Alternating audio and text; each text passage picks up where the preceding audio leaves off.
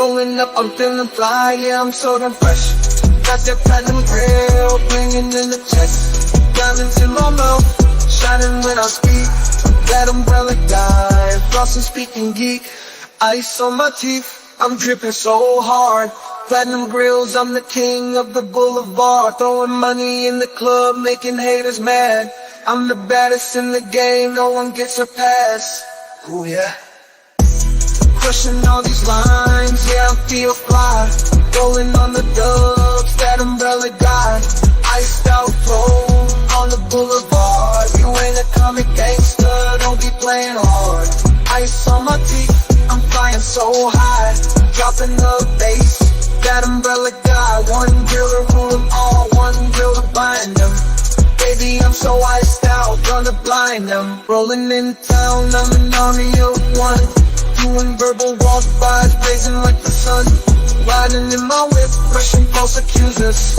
Dropping off the bass on the real abusers. Yeah. Living life fast, no time for the slow. Justice on my mind, stacking up on that flow. Life in the fast lane, no time to blink. Ice on my teeth, watch it when I speak. Chillin' on my rhymes, never missing a beat. Ice on my teeth, yeah, I'm living that sweet. That umbrella guy, bringing the platinum heat. Crushing every hater, no time for defeat. Oh yeah. Oh yeah, indeed. Hey there, folks. How's it going today? Today, Megan Fox is back again. Woo, Megan! Yeah, back again. Megan's back. Tell a friend I'm back. Bitches. That's been weird, man. All the prep to it. I was looking back and I was like, well, we had the stream on Monday. I can't really count that as it was like a pop in, which I appreciate. But, I was like, the last time we had one before that was 3 weeks. I was like, Jesus. I know that trial. It's been oh God, man. It was funny watching you guys. In my own home. It feels so good. I'm sure. Traveling, like my own studio, my own microphone, all my gear and all my shit and all my buttons. We got buttons. Wet ass P word. Okay, sorry. No, you also you haven't streamed in a hot minute, No, I haven't because I meant to. Like I was going to stream. It just became so hard with family everywhere. And like I just feel like pulled in 2 different directions. And like what I really want to do is just hang out with my parents. Like I really want to hang out with my cousin and my aunts and like all my people. And then I'm like, oh, I really should go stream though. But then everyone was doing their post-trial wrap up, whatever. So it's kind of like, well, I don't really need to right now. I could just wait till I get home when it's easier. Yeah. Like my dad's upload speed is terrible. I could barely stream. I was planning on doing a bunch of local streams from the backyard. My phone wouldn't do it. So was it worse than what was in front of the courthouse out there? No, it was actually not quite that bad. But my God, you would have thought, and I mean, Dave had serious equipment. He had Wi-Fi boosters. He had generators. He had the whole setup, and it was still a nightmare. They probably thought he was like some meth king rolling in. Like, what the hell is that? No, my favorite was going to get that van. I have to show you. I'm actually going to share this with you guys. I hate the camera angle of me, but it's funny enough that I'm going to show it anyway because it made me laugh. So I went to go pick up Dave's van because he was going to come into town really late. And I was like, Dave, your van's like all the way out in Buckeye, Arizona, which is like, I don't know. I can't even tell you where it is. It's really far west. It's like you're on the way to California. And he was going to be in at like 8:45 at night. Then he was going to drive all the way out to Buckeye, pick up this van in the middle of God knows where at night. Sounds like a place they bury people for some reason. Yeah. I wish I had taken film of it. I wish I had, I was too scared though to get out the camera. I was like, let's just get the hell out of here, But it was like a desolate desert with and no shame to anybody who lives in a trailer, but how would you like to live in a hot tin can in 115 degree heat? Ugh, trailers everywhere. But then in the middle of all this, desolation and dune buggies, Mad Max dune buggies, for real, dune buggies. That's what they were driving out there. When you tell me that the first time, I'm telling you, I keep imagining like Charles Manson, his dune buggy Armageddon, fucking Mad Max prophecies. I mean, and you know why they're driving dune buggies? There are no roads. Because the Manson fucking family never ended. Oh no, there's no roads. I got you. There's no roads. All right, so I took this video. We took this video of me driving this giant media van back. You ready for me to pull that? Yeah, go ahead. Okay. I hate the angle. Ignore my double chins, damn it. All right. We heard a loud beep, and I have just discovered that I think there's something flapping on the outside my window in the public cover. And fix it, or just keep going. I think we just let it ride. Yep. Doing it live! Doing it live! Oh my God. This thing was massive. How did I end up in the middle It looked lane when I huge was from in the the right front. lane? Yeah, if you want to see the rest of that hilarious video, because there is more, go to meganfox.locals.com. It would be a subscriber-only video. I do need to make my breadstick money on this journey. Yeah, here. she's been off for a hot minute. And everybody's like, I've been on everybody's show, and I'm like, what am I doing? Why aren't I doing my own show? I'm letting everyone else have all of the stories, and I haven't done my own show. But of course, I'm here with you because I love you. But I appreciate how that. it is. Yeah, I mean, we have our Tuesdays with Tug, and we have all that. I had somebody send me I can't find it. I don't know where I put it, but somebody sent me like a banner, and they were like, "Hey, why don't you use this?" And I was like, "Probably because tugging on Tuesdays sounds pretty gross."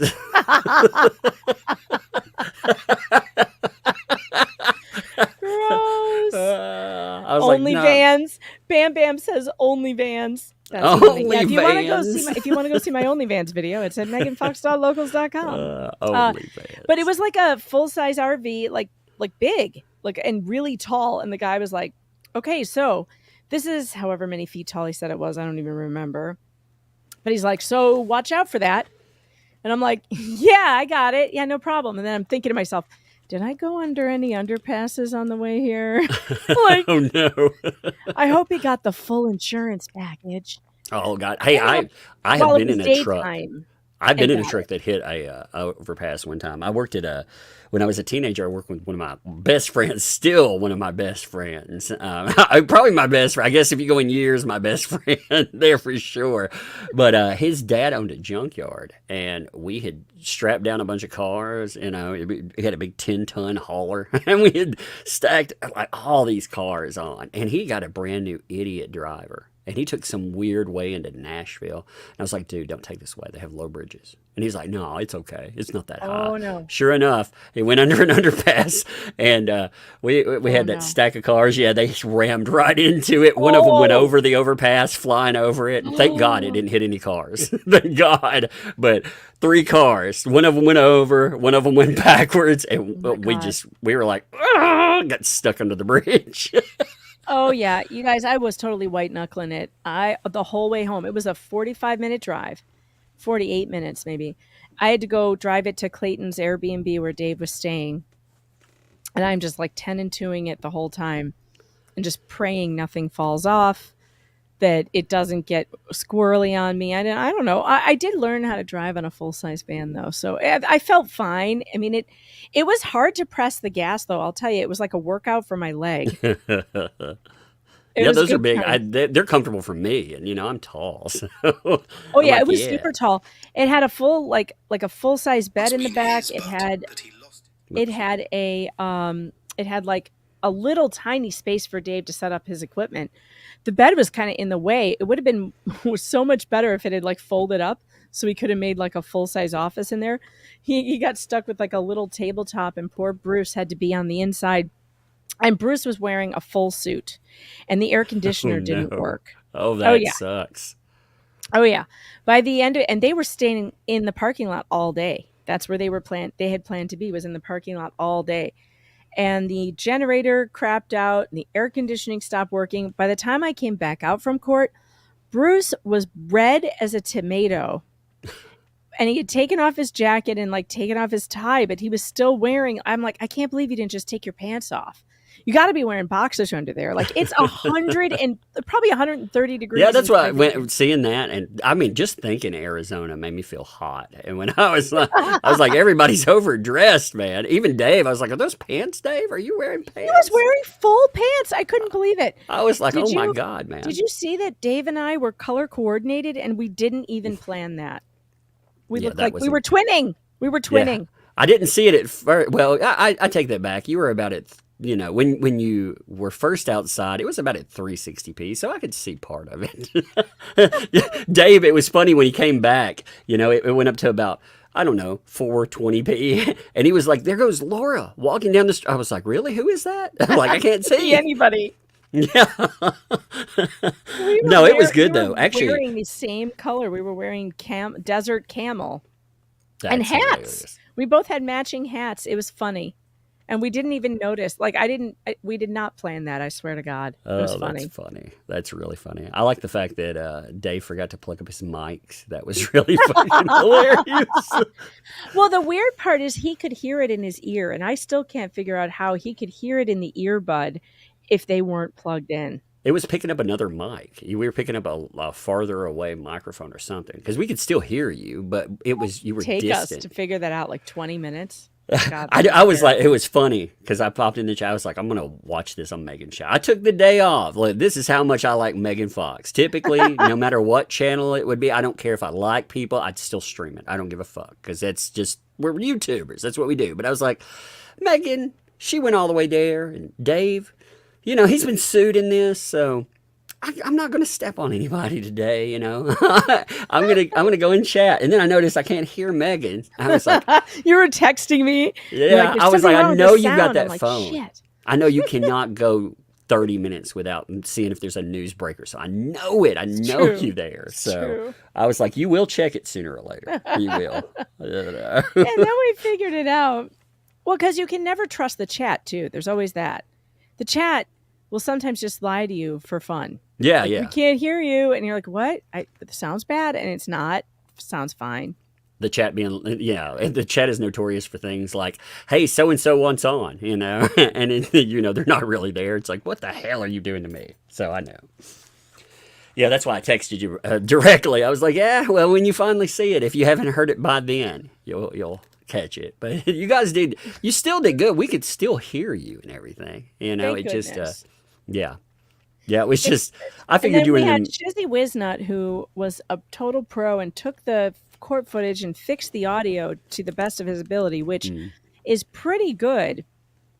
he did a good because job. I His was, video actually made a transcript too, yeah. which mhm. is time stamped, and I've been using that. It's been very helpful to find what I'm looking for.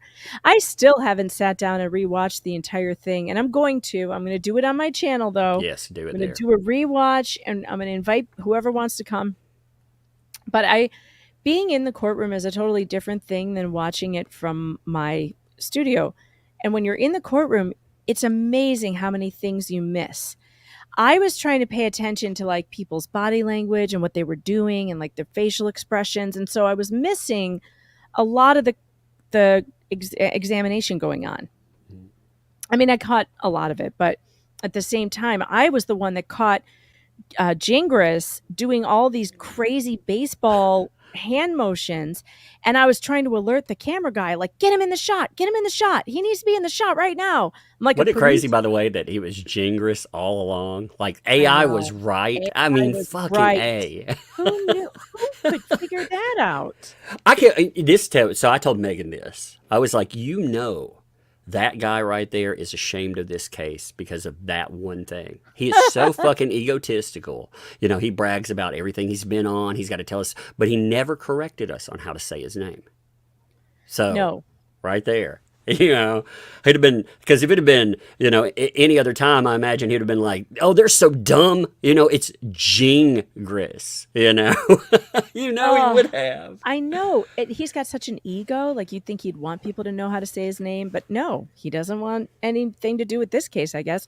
Somebody asked in the chat, how tall is he? I'd say he's about 5'9", 5'10". He's not a tall man. Napoleon, Clayton- baby. He's Clayton is a tall man. Clayton is a large dude. He reminded me of Gaston from Beauty and the Beast.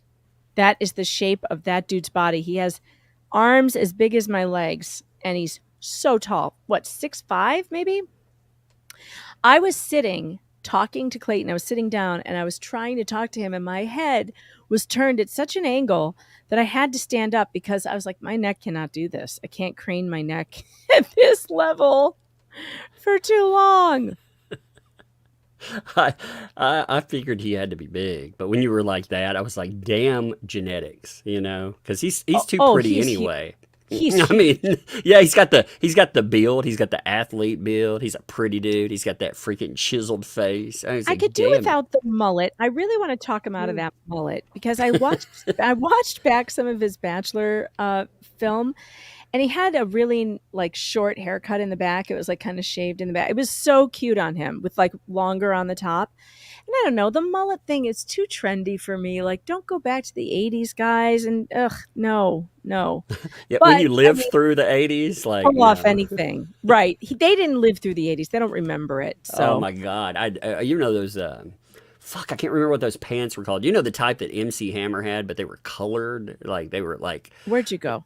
Your microphone cut out there for a second. Did I? Am I back now? Yeah, okay. You're back now. I might have hit something on there. I've been moving around. I'm hyper. We haven't had a stream. Plus, it's late. I actually took a nap before we did this. I was like, I took a nap too. Yeah, I did too before the baseball game. It's funny. Megan was going to mess up the freaking time zone yet again. I was rushing home. You're like, it's in an hour, right? Yeah. I'm like, oh shit. Yeah, she's like, I'm going to get there. Basically, I'm going to be there, right on time. I'll be there 15 minutes late. Yeah. You're like, no, you're not. Yeah, I was like, we still got an hour. It's in my time zone. You're like, oh yeah. I was glad I didn't correct that though. See, if I've told you you're an hour off every time, you'd always be on time. That's amazing. That's true. It was funny though when we were trying to coordinate that 30 minutes that you were on. When you were out there. I know. And I'm like, wait, just tell me. How long till the time is it? Yeah. Because I don't know Mountain Standard Time. And I'm like, I know I'm in Mountain Standard Time, but I don't know how far away it is from other places. So I told her some jacked up time. Like, it's, I don't know, 3 hours before. I don't fucking know. And she was like, no. And then she adjusted it and got it right for her time zone. But mine's an hour off from hers. So we've gone to a new strategy now. We just tell each other the stream's in an hour and 15 minutes. Yep. That's exactly what, that's actually, I don't know why everybody doesn't do that, to be honest.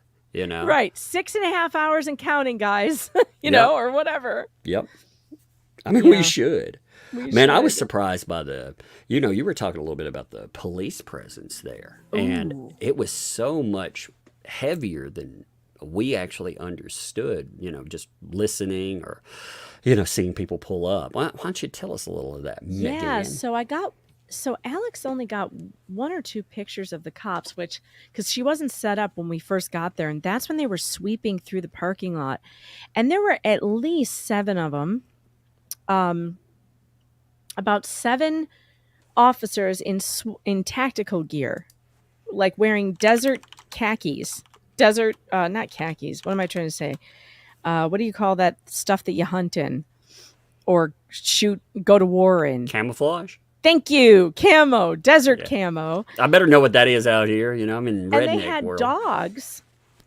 They had dogs, and they were sweeping the parking lot and the entire courtroom and everything around. They were sweeping the whole thing for bombs and stuff. It was bizarre. It was like, what are we doing? So anyway, there was the sergeant in charge, and he was this super nice guy, Sergeant McNair. He was very cool, and he was coming over to talk to us, and he was trying to find out who was the media, because I'm the one in charge. So if you need anything, you let me know. And he was super nice, and I was like, well, Sergeant, just tell me, what is the deal with all this police presence? What's going on? Is this for us? And he was like, yeah, we don't normally do this. This is not normal. This is just for high profile stuff. And I'm like, well, wait, like, I'm trying to think, like, is it because they think we're going to do something or she's going to do something? Like, what could this possibly be for? And then I come to find out, because when they let us into the courtroom, they took the media first, and they only let 2 media personnel in per station. So it was me and Alex, my photographer, because we had, signed up ahead of time. And then they let Lauren in and Scott, who was the guy who volunteered to do the camera for her while she ran the live stream. And so it was those two and me and Alex. Then they let in Clayton. Now, they had told people they were going to let 30 people in the courtroom, but they didn't. They let in Clayton's parents. So I could count how many people there were. It was me, Alex, Clayton's mom, Clayton's dad, Clayton's brother, Lauren, Scott, Mike Maricini, his wife, Greg Gillespie, his wife, Ashley. So we're now at 11. Yeah. There were 3 people on the other side that were not parties to the case. So 14 people there. Then there was 15 was Gingras, 16 was Laura, 17 was her mom, 18 was Dr. Medchill. The judge was 19. Vince, the media guy who works at the court, was 20. And They then usually we had, don't count the court or anybody else either. Typically they. well, they were claiming it was a fire code, that they could only have 30 people. And then there were the 1, 2, 3 members of Clayton's team in Clayton, so 4 more. That was 24 people. Did they have more room in there? Oh, yeah. They had entire that- benches full. That tells me that it was a security thing, probably not a fire thing. They may have said that, Yeah. but I bet you, I heard that the police knew a bunch of you folks' names. I heard that Yeah. from a couple of people. Oh, and my actually. sister. So my sister Stephanie was the only member of the crowd that made it in. So there were 25 of us, I think, in the courtroom, and the court reporter. So that's 26. And there might have been one other court employee, so 27. So maybe there were 2 other people I didn't see.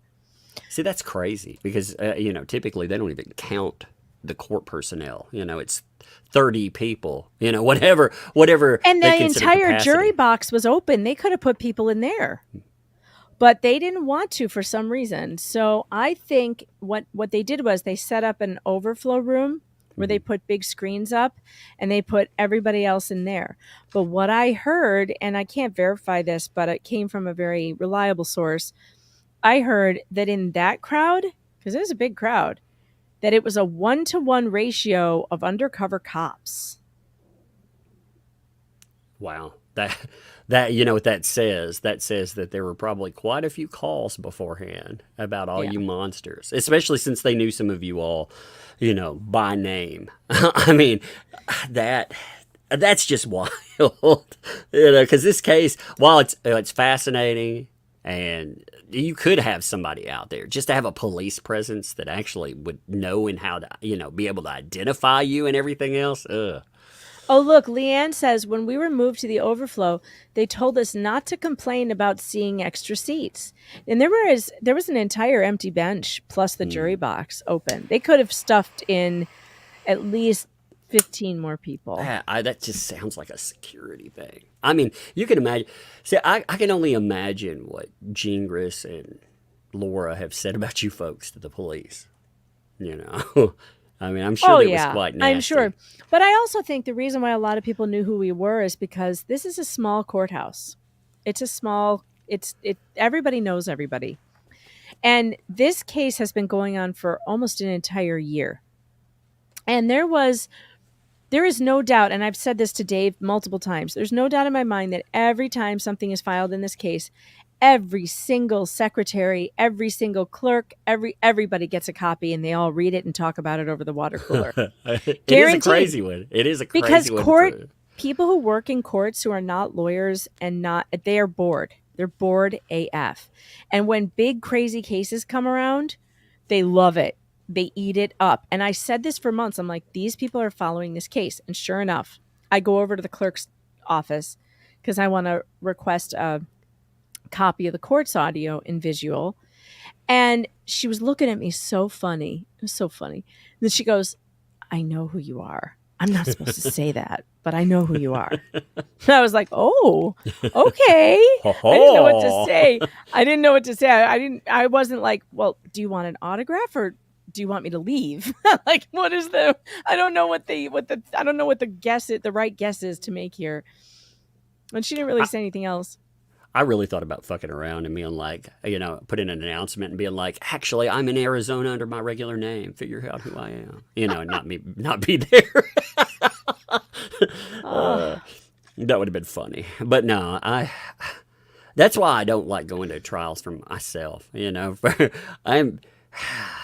I know, like, you can be targeted and kicked out. Like in the dev case, they were kicking people out. They were targeting you. Now, this was only 1 hour, so they didn't have days to target. If they would have had a lot more time, yeah, they would have found reasons to try to get you folks out. Although, and somebody asked about this, the judge seemed pretty receptive to media, seemed pretty on it too. I mean, the judge seemed to notice.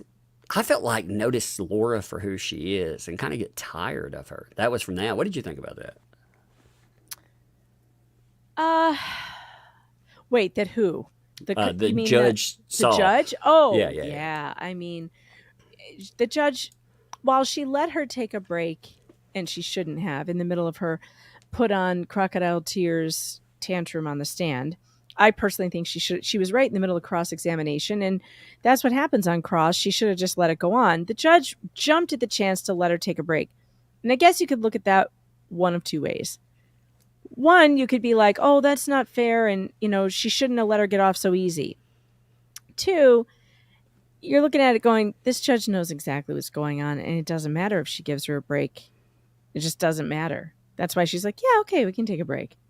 Go ahead, take a break, you big liar. The only thing I didn't like about that was, her fake emotion. She got to have the only break there. And, Clayton, I didn't expect him to be emotional, but at the same time, even Gangris said in his blog that Clayton looked like he was going to cry. That's how he described him, after the That's what he said, but I was right there in the room with him. I didn't think he looked like he was going to cry. He's going through some emotional shit, though. If he would have broken down on the stand, would they have given him some time to actually would they have? pull it Would they together? have given him some time? I mean, no, because you heard they were only planning on taking one break, and the judge said, this is it. We're not getting another one.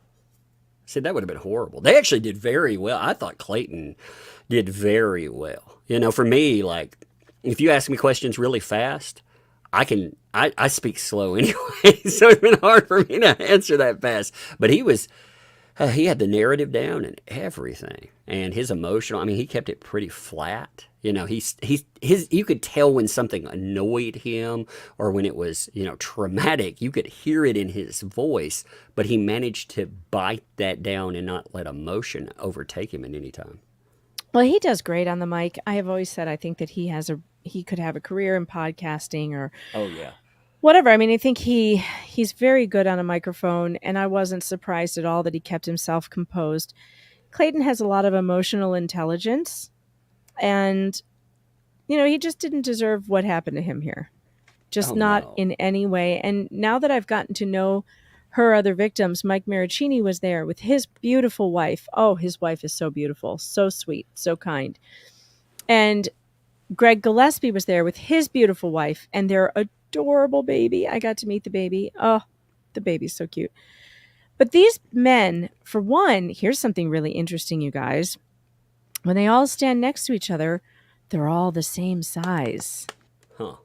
Mike's a little less bulky, like he's thinner than the other two, but tall.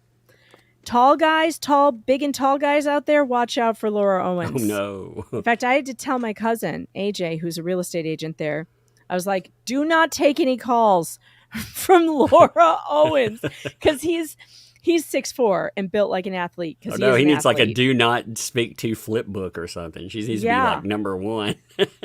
Yeah, do not take any calls from her. There was some crazy stuff. Another reason why I didn't do any streaming or much streaming was that I was also doing some reconnaissance and stuff while I was there and trying to track down sources. And so I was doing a lot of on the ground running around trying to find certain sources that might talk. The jury's out on whether or not that will become fruitful or not. Perhaps. But still, hey, you seeded that. That's good. That's what journalists do. Yeah. Yeah, I was chasing down some really like bizarre leads, but I found a few things, and I don't want to talk about them now, but No, you need to I talk about them on your own stream yeah. and monetize. Come on now. But yeah, I was busy. I was very busy. Plus I was trying to keep up with my family who flew in. There was family that came in from out of town just to see me. And my mom and dad were so cute. I had a barbecue after the trial, and I invited some people that I didn't think were going to show up, and literally everyone showed up, including people I didn't invite. So it was hilarious. And I was so nervous. I was like, oh my God, I'm throwing a rager at my 80-year-old parents' house. And they're going to be, I hope they're not like getting overwhelmed. Cause I was like, they're like, how many people are coming? I'm like, I don't know. Like not that many, I don't think. And then it turned into every 1980s movie you've ever seen Oh where it's no. suddenly out of control. And I was like, okay, everybody, we have to go outside. Everyone, please go outside. My parents are going to have a heart attack if you don't go outside. No, they did love it. They did. I was nervous though. I was like, oh God, if my dad has like a headache or something for days after this, I'm going to be in trouble. But no, they enjoyed it. My dad was so confused. He was like, why are people coming up to me saying, are you Megan Fox's dad? You tell him it's because I'm famous, Dad. And he's like, what is this? You have groupies? I don't get it. He's like, what? That's the thing. It's hard to imagine this. I noticed this for the first time at a convention. Before that, it doesn't process those numbers on the screen. All those subscribers, they're real people, you know? And that's a lot of fucking people when you think about it. How many subscribers do you have now, Megan? Almost 45. Come on, people. Almost 45,000. That's 3 times the county that I live in. And we could populate this county 3 times over. That is a lot. Yeah. If you only had that would be bigger than like one of our street festivals out here. I mean, come on. That'd be insane if even a fraction showed up. Hey, hit some super chats for a second. I'll be right back. I got to make sure Hangry goes to bed. Okay. All right. I'll be right back. All right.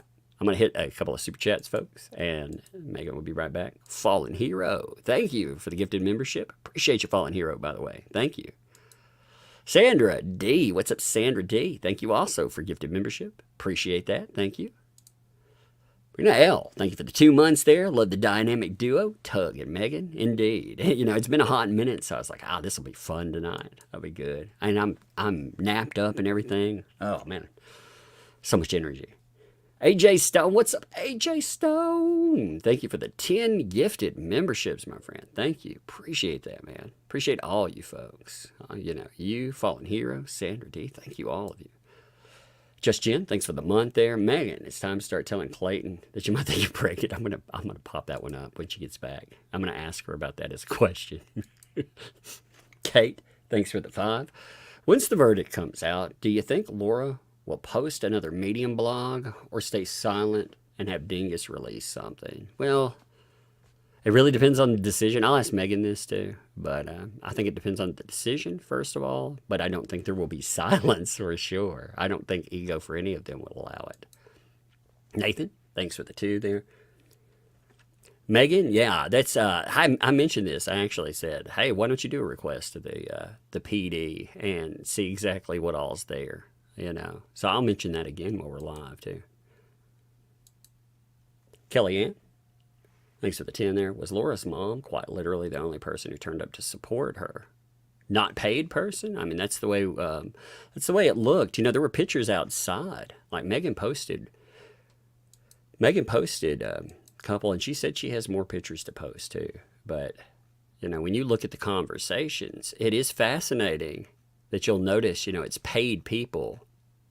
And let me pull that up. Dang it, man. There we go. I was like, where is that picture? You know, when you look at it, I mean, it's very telling. Check this out here. It's very telling in every picture. You see paid folks, lawyers, everything. You don't really see a lot of support people, do you? It's kind of, You know, usually they at least have like a posse with them that carries that over. I did think that was interesting. Taz, thanks for the 2 months. Yes, Tug, I've been following you since the Depp trial. Respect. Thank you. That's why like I said, I won't go to trial. From what I knew, I know this for a fact. I know this quite for a fact. There were certain people that were there that had a list of people that they wanted to get kicked out. And I know for certain folks that were there, they quite definitely wanted myself kicked out. So, yeah. I didn't know it. Now, this was only an hour, so it would have been harder for them to rig that. But if this would have been a longer trial, Dave Neal, Megan, they would have definitely taken aim at them, for sure. Mindy, thanks for the 3 months. So glad to be a member. Love your input with this case. I like the fact that Megan has interior input, so she can actually comment on what people were doing, how people were reacting. Shelley, thanks for 3 months. Love watching you, Tug. One of my favorite shows on the tube. Thank you. Appreciate that. Like I said, I appreciate it. It's very humbling, and fun. I have a lot of fun with this. Rogue's Mama, thank you for the gifted membership, too. I was like, thank you for the gifted. What is that? Oh, yeah, membership. That's terrible. You forget the word for it.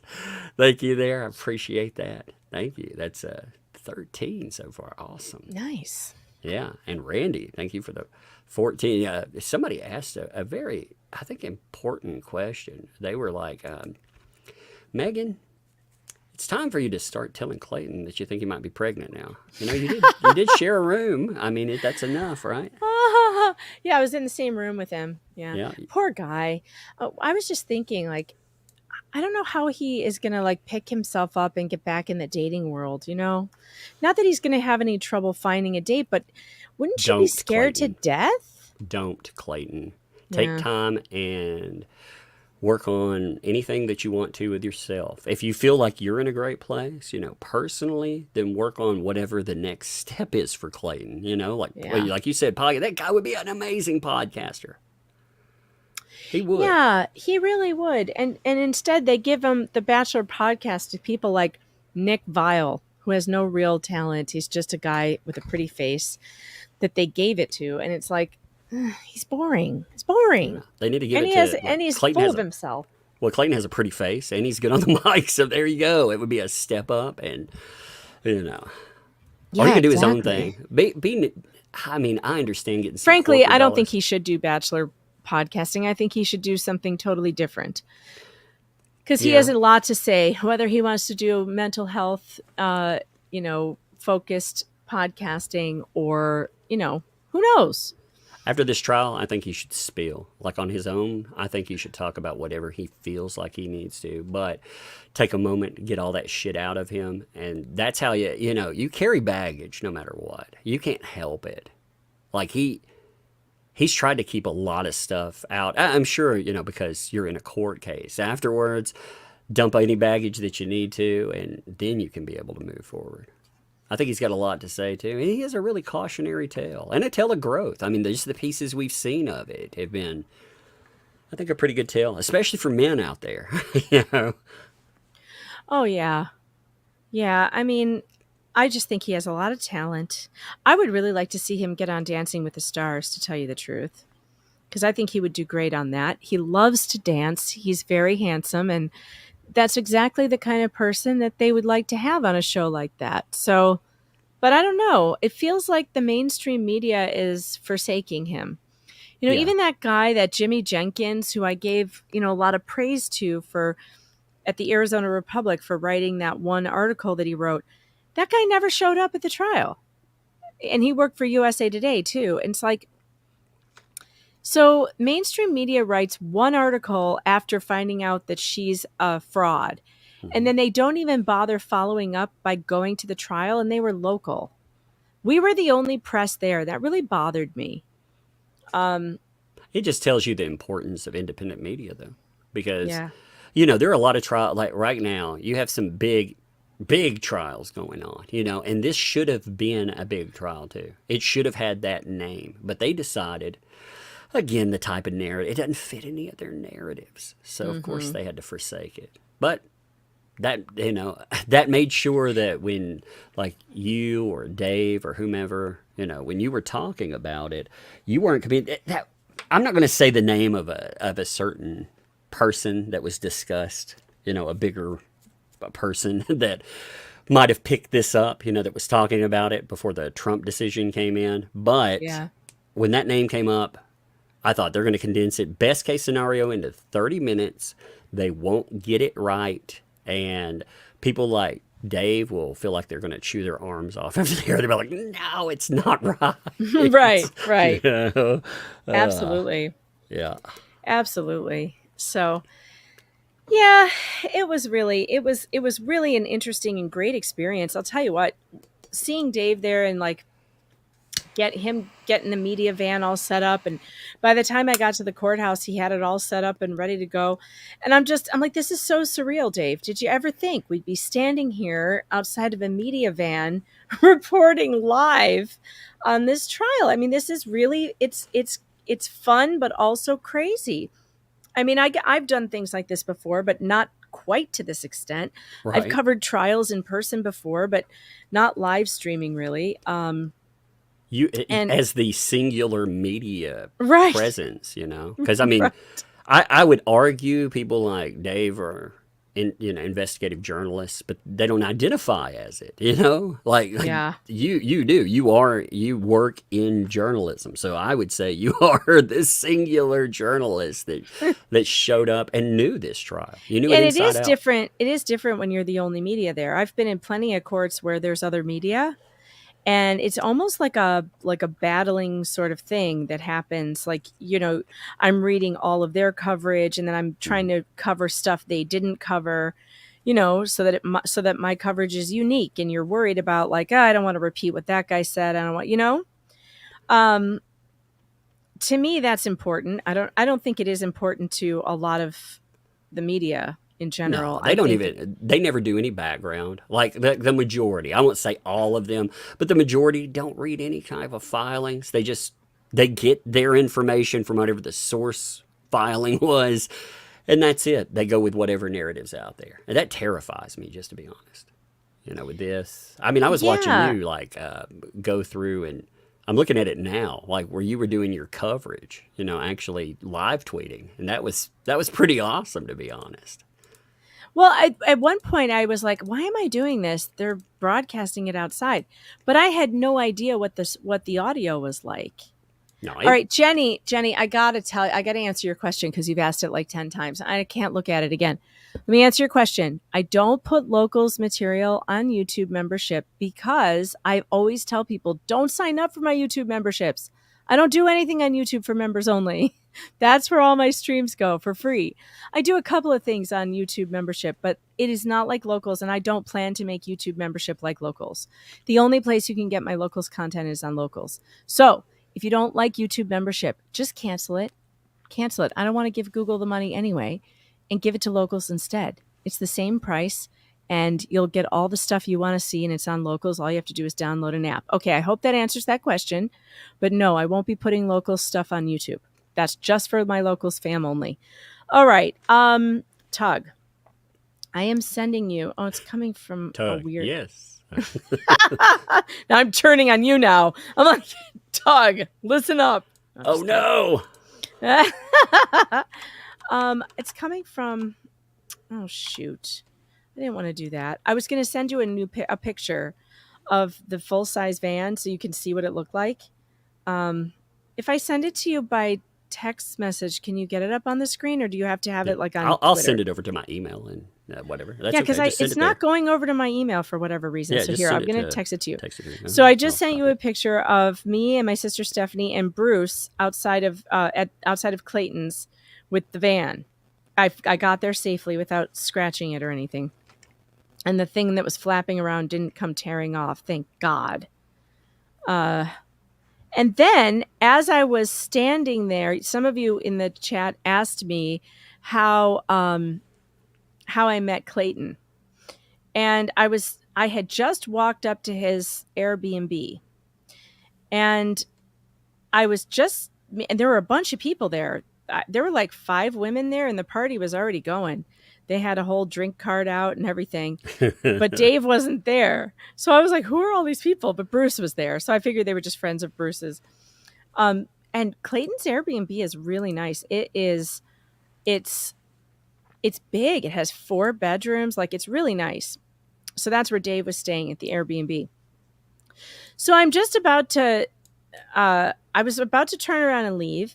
And the ladies who were there and already, drinking, it was funny, they start screaming. And I'm like, what's going on? And I turn around and it's Clayton, and he's carrying grocery bags, and he's coming up the walkway, and he's the largest man I've ever seen. I'm like, holy cow. And he was so sweet. He was bringing like coffee and detergent. Yeah. Sunshine, don't sign up for a YouTube membership. Don't do it. I'm telling you, don't sign up for YouTube memberships. Go do locals instead. There's nothing there. YouTube memberships are only for people who just love giving their money to Google. But Clayton came because he was afraid that he had forgotten to put coffee in the Airbnb. So he brought all this coffee. Where's the van? There's me in the media van, and Bruce, who's also very tall, That's and a my big sister. freaking van, really. I drove that thing on a 6-lane highway all the way from Buckeye. That's probably what's hanging on the side. Was probably one of those people from Doombuggyville, They tried to Mad Max it. They tried to steal it. They were like, they were going to steal the Kerchunk, and you're like, I'm not giving it up. Could have been. Oh, my God. That is a monster van.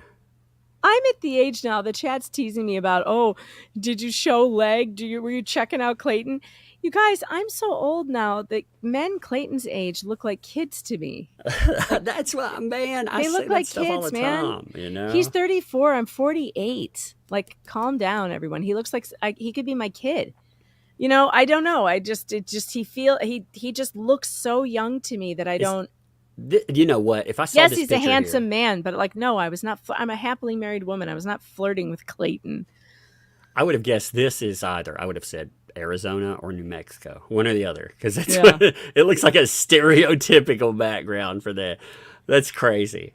You're like, oh my God, I would have guessed it right. That is so fucking bizarre.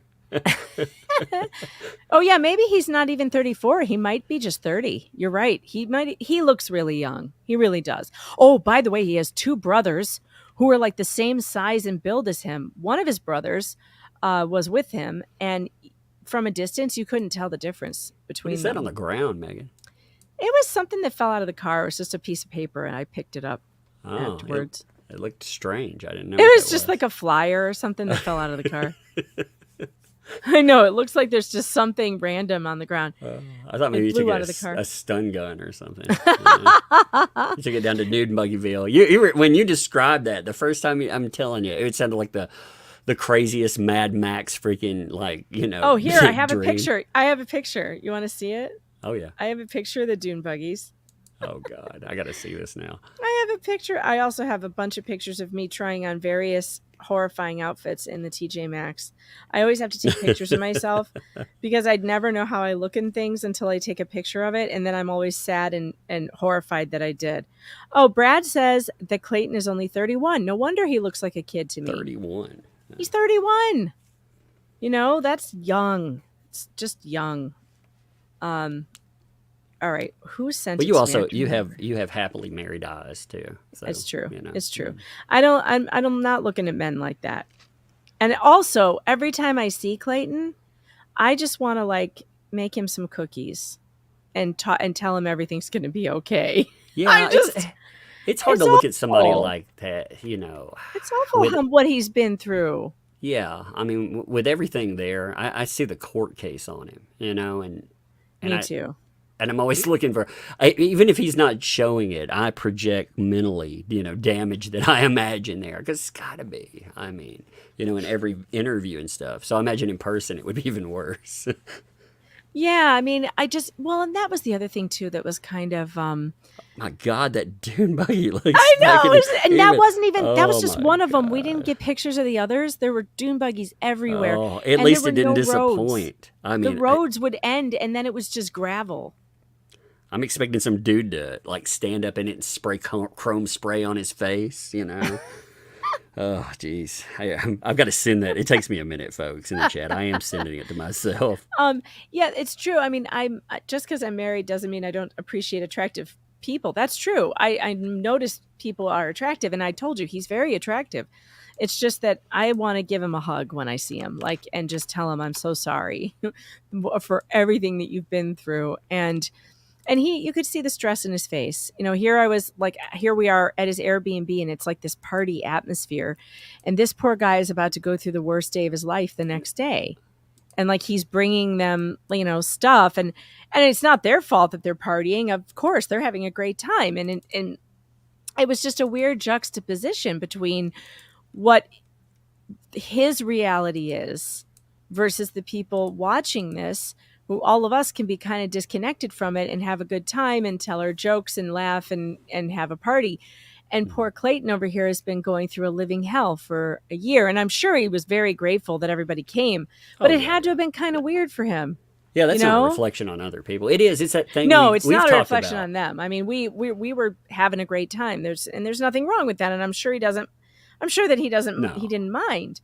But we've talked just about see it on him. Well, we've talked about the difference. Like we pick up cases, and even if we're doing daily coverage, I mean, what are we giving to it? A couple of hours? Well, we don't know the hour to hour, minute to minute people live. And my God, Yeah. he's been living this a long time. And those freaking accusations against him. God, look at that dune buggy. That thing. That was like the second or third one where I was like, I'm "Get the telling you, camera, it even take looks like a little. picture." It looks like a little Mad Max guy. Look, he looks like he's got a mask on. This is actually me driving around. I'm sorry.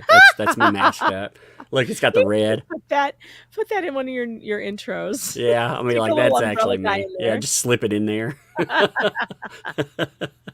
I mean, seriously, those were everywhere. And then it made sense because I turned off the main road to go to the address to get the van.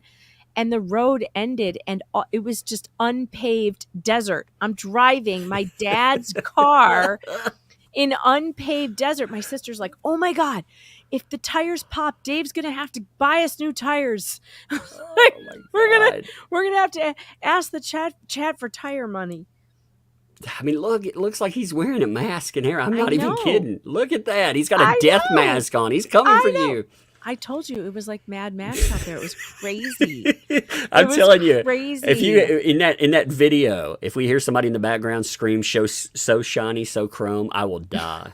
I will die. You know what? I'm even thinking about like downloading it from your locals and putting it in there and being like, "Listen to what I found in there, Megan." Yeah.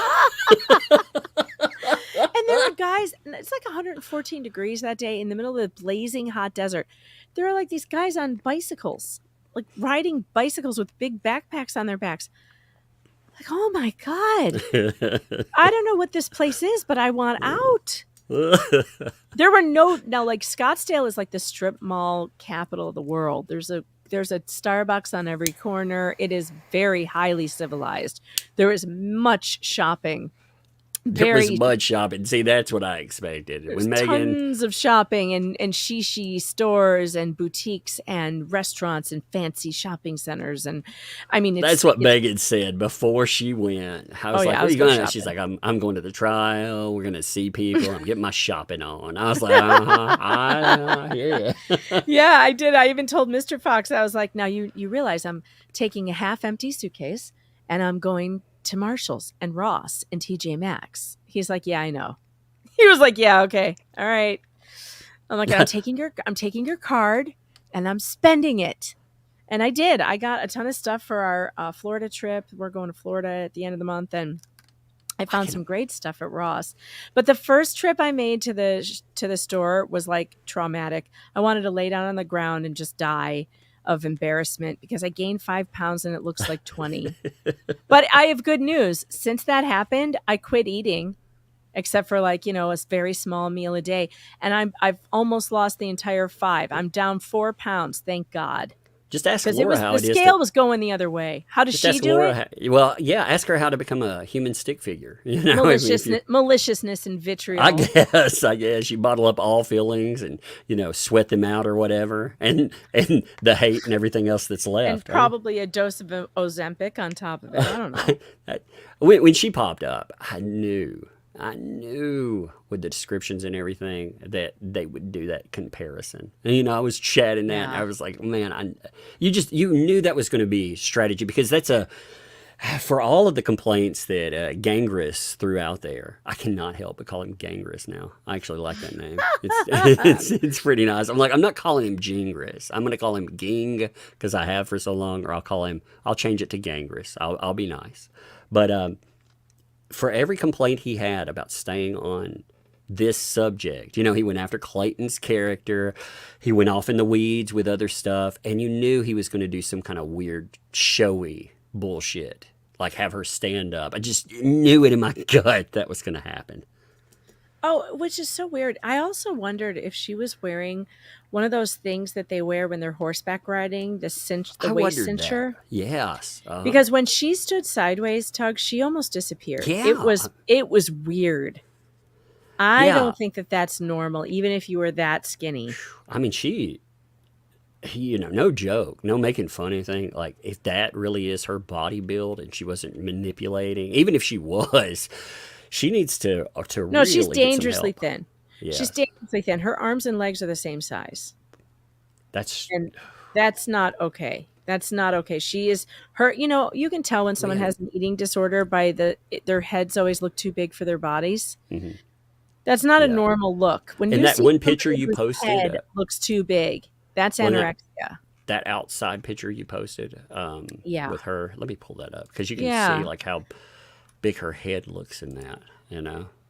Yeah, and could when you just- see that, we call it lollipop head. You see it in Hollywood a lot. Mhm. When you see an actress whose head just looks too big, Angelina Jolie has had moments where her head looks too big for her Yeah, body. like her She's head, the way it is dangerously underweight. Yeah, she's dangerously underweight. there. Her arms just look so. They even look thinner when she was up, you know, toward the stand. Like you said, when she turned sideways, it was like they were like stick figure characters. It was just.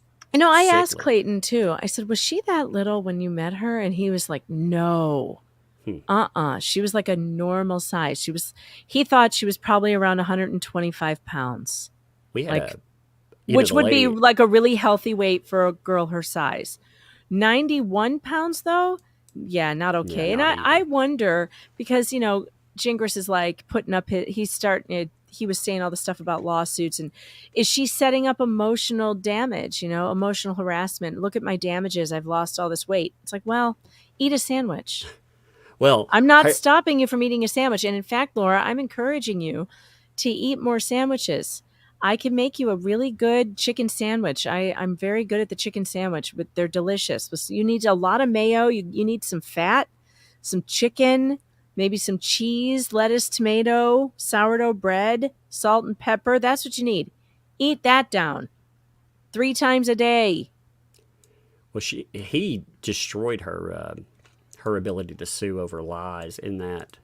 So give me 1 second. Did you read all that blog that he put up, by the way? Yes. After? Did you So read it? Oh yeah, I read it live. I was like, because you know they're commenting on the case. I mean, this is them making comments, and Mm-hmm. you know it's her making comments. I mean, honestly, but this part right here, I thought this is the worst self-own. Like they were caught in it anyway, but he details that she only sent that to Dave Neal. So if Dave Neal is out there saying that she's a liar, here's a documented proof that she's a liar, admitted by her Yeah. lawyer, you know, blogging And about but it. also it's not true. Greg Gillespie was sitting right next to me in court, and he's like, "No, she sent it to me too." Like she sent all these things that she said she didn't send. She sent it to Steve. She sent Reality Steve the same sonogram. She sent it to Clayton too. So when she made the argument in court that she didn't send it to anybody but media, and so it doesn't matter because she never submitted it to court. False. You sent it to your victim, who you then sued, and so it became an exhibit in court because he submitted it. So guess Right. what? It is an Yeah, exhibit it's part in of the court court, record. Mhm. and it is a fabricated medical record, and you did it. What did you think about so this out of anything that shocked me? Because I thought of different ways, you know, like the Planned Parenthood thing could go. But when the judge started asking questions about whether or not she received medication potentially from Planned Parenthood. I thought, oh my God, we didn't get any records. She claims it's real.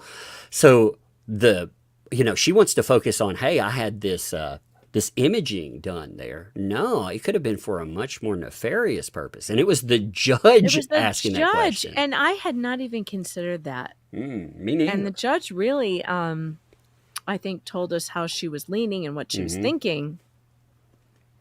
Because she was basically saying that she believes that somehow she got her hands on some fertility meds. Well, she's saying she's playing along with their narrative. She's like, okay, well, you're admitting that you didn't turn over records because you're saying now, Right. I couldn't believe she changed that anonymous thing. I know, I understood why. Yeah, it changed from anonymous to I used a fake name. I was disappointed though that they didn't say what name. Yeah. Which name? Let's get him on the phone right now. Well, that's what I would have done. I would have been why they Your Honor, changed it, I want though. to pick up the phone and call Planned Parenthood. I have a HIPAA release, and I'm going to find out if it'll take them 5 minutes to search all of LA County. You know why they changed it, though? Because the expert witness, she testified, and they knew that she would testify, that she was, I forget her position with Planned Parenthood, but she was over whatever in Planned Parenthood, and she knew that they did not allow anonymous freaking clientele. So that they had researched that. They'd found out. They knew everything about, the expert witnesses. They come in with all their credentials and everything, and that's on her credentials list for sure, right there. Yeah, you got to lock it down for some. She just looked like a bigger liar. I mean, and it looked even worse when she was like, my anonymity, it's more important than anything that goes on in court. So I want to show you this clip that I found. Okay. Are you ready to pull it? Yeah, go ahead. It's more of Gingras coaching her, and it's so obvious. Now, I zoomed in on this. This is the court the pool camera footage, but I zoomed in on just him so that you could see him making now I caught him making way bigger gestures before this, but the camera wasn't on him. I can't wait to see the court's camera because I think it's going to catch him doing even more of this. But watch this. Turn a different way. I'll move on here. During the November 2nd hearing, you denied that the DNA test results came back with little to no fetal DNA, right? What? During the November 2nd hearing, Look, I said that the test the question is on. During the November 2nd look at hearing, that. Yeah. that the DNA test results came back with little to no fetal DNA. This was Now, did you see him just jump back and give a surprise face? Yeah. And he was shaking his head. Now, wait, like, this was a signal to her to act surprised. Watch that again and then listen to her response. Watch him again. He is signaling her, and now he's going to tell her, be surprised. denied that the DNA test results came back with little to no fetal DNA. This was, I see you continue. No, I didn't. I never said it didn't. I said it came back inconclusive. Did you then see that? time out. Then he had to do the time. Well, he was also shaking his head and everything else. I thought it was crazy to be able to see why we got such bad audio. Of course, she had to step in front of him and keep him from signaling. She said it. Yeah, and so she had to step away from the microphone. I wish that she had picked up the microphone because it was a handheld and taken it with her, but she's not a performer and she doesn't know to do that. And unfortunately, that didn't happen. However, I found, in this clip, she is saying, if you listen to this, she's saying, let's listen to the question again, because the question here is very important. Let's just go back to the beginning and listen to the question that she's asking. Turn a different way. I'll move on here. During the November 2nd hearing, you denied that the DNA test results came back with little to no fetal DNA, right? What? During the November 2nd hearing, I said that the test the question is on. During the November 2nd hearing, you denied that the DNA test results came back with little to no fetal DNA. This was, I see you continue. No, I didn't. I never said it didn't. I said it came back inconclusive. Okay. She's saying she never denied. She didn't deny at the November 2nd hearing. That's what she's claiming. She didn't deny at the November 2nd hearing that it was little to no fetal DNA, right? That's what you Right. heard, right? Mhm. Yep. All right. Well, let me pull up this. Let's see. No, it's not the October 6th one. Megan, what did you do with the November 2nd transcript? Don't tell me I didn't put it here. Because I found in the November 2nd transcript where she absolutely denied that it was little to no fetal DNA. I mean, I've got it. I just don't know where I put it, but it's there. Oh, are you going to write an article about this? Yes, I'm working on it, and I'm so slow now when it comes to articles. Yeah, well, I had the receipts, guys, but I must have put it somewhere else in my Google Docs. And You still have it. I was wondering, like, stuff like that would be fascinating to add to like a comprehensive. Yeah, so article. I'm working on it. It's called Owens on Trial. Maybe I put it in there. Hold on, let me open that up because I might have put it there. I was looking for the transcripts so there's transcripts on YouTube. You know, it's much easier to read the transcripts than it is to rewatch the video again. And I found a way to copy and paste the transcripts into a Google Doc. And so that's what I did with the November 2nd and the October 6th hearings. And I've just been going back through them and finding all these contradictions, all these ridiculous contradictions that this woman has made. Can you feel the surprise emanating off of me, by the way? I'm so shocked. Contradictions from Laura? Do tell. No, I mean, it is crazy. Oh, here it is. I found it. Okay. I just didn't name it. I didn't name it what I thought I named it. Okay. So here it is. You can put it up. All right. Mm-hmm. So here it is. This is in the November 2nd hearing. Here it is. Let's see. Or no, this is the trial date. This is the question that he was signaling to. As of October 17th, when you received this test result, you had reason to believe you were not pregnant, right? And then she said yes after doing some research. Yes. But then you proceeded to lie under oath at hearings before this court on October 24th, October 25th, and November 2nd, correct? That's not correct. No. No. She says, instead of telling the truth, you tampered with this HCG test to increase the level and offered that as support for a pregnancy to a content creator, not to the court. You also testified on November 2nd, or she goes, to a content creator, not to the court. Right. As if that makes a difference. Yeah. Yeah. What? Well, it's just amazing. Like I said, all the admissions that she made during that trial about stuff that she's lied about to Dave Neal. Like I said, where's your lawsuit again? Yeah, he's allowed to. First of all, you're allowed to have your own opinions on anything anyway, but he can prove that she lied, not having to go and compare evidence. He just has to take her own words toward him and take the lawyer backing that up too. It's amazing. I've never fucking seen. I wonder. That's why in that blog, they kept talking about, that the end of it was all about moving on. Like everyone should just move on. Do your own thing. And I've never heard that tone from him at all. Well, I really hated how he said both sides have made mistakes. Oh yeah. Really? What mistakes has Clayton made exactly besides letting a hoe in his house? He let a whore in the house. I'll give him that. That's a big mistake. Don't ever let a whore in your house, guys. Don't do that. But other than that, what mistake did he make? Talking during an aftermath instead of lawyering up, which we all do, all of us. Yeah. It's the best advice, but it's not something that people do. I mean, honestly, we all think that other people are going to be rational like us and that problems can be worked out. But, and she hit him with the I'm pregnant too. And I mean, you can tell, even with their narrative, you can tell that he tried to look at this like, okay, if that's true, if that's really happening, then he was trying to, do the right thing on it. He didn't lawyer up right after something came in, even though he had this terrible feeling about her. I think that's a big problem that men, I think sometimes, that everybody Men are makes in problem court. solvers. In court, I think a lot of people think I can handle this on my own because I am telling the truth. I think the male personality is we're taught, again, I know there's deviations from this, but by and large, men are taught to be problem solvers. We're taught not to be emotional. We're taught to let logic overwhelm emotion and to be a problem solver. So, he's trying to problem solve.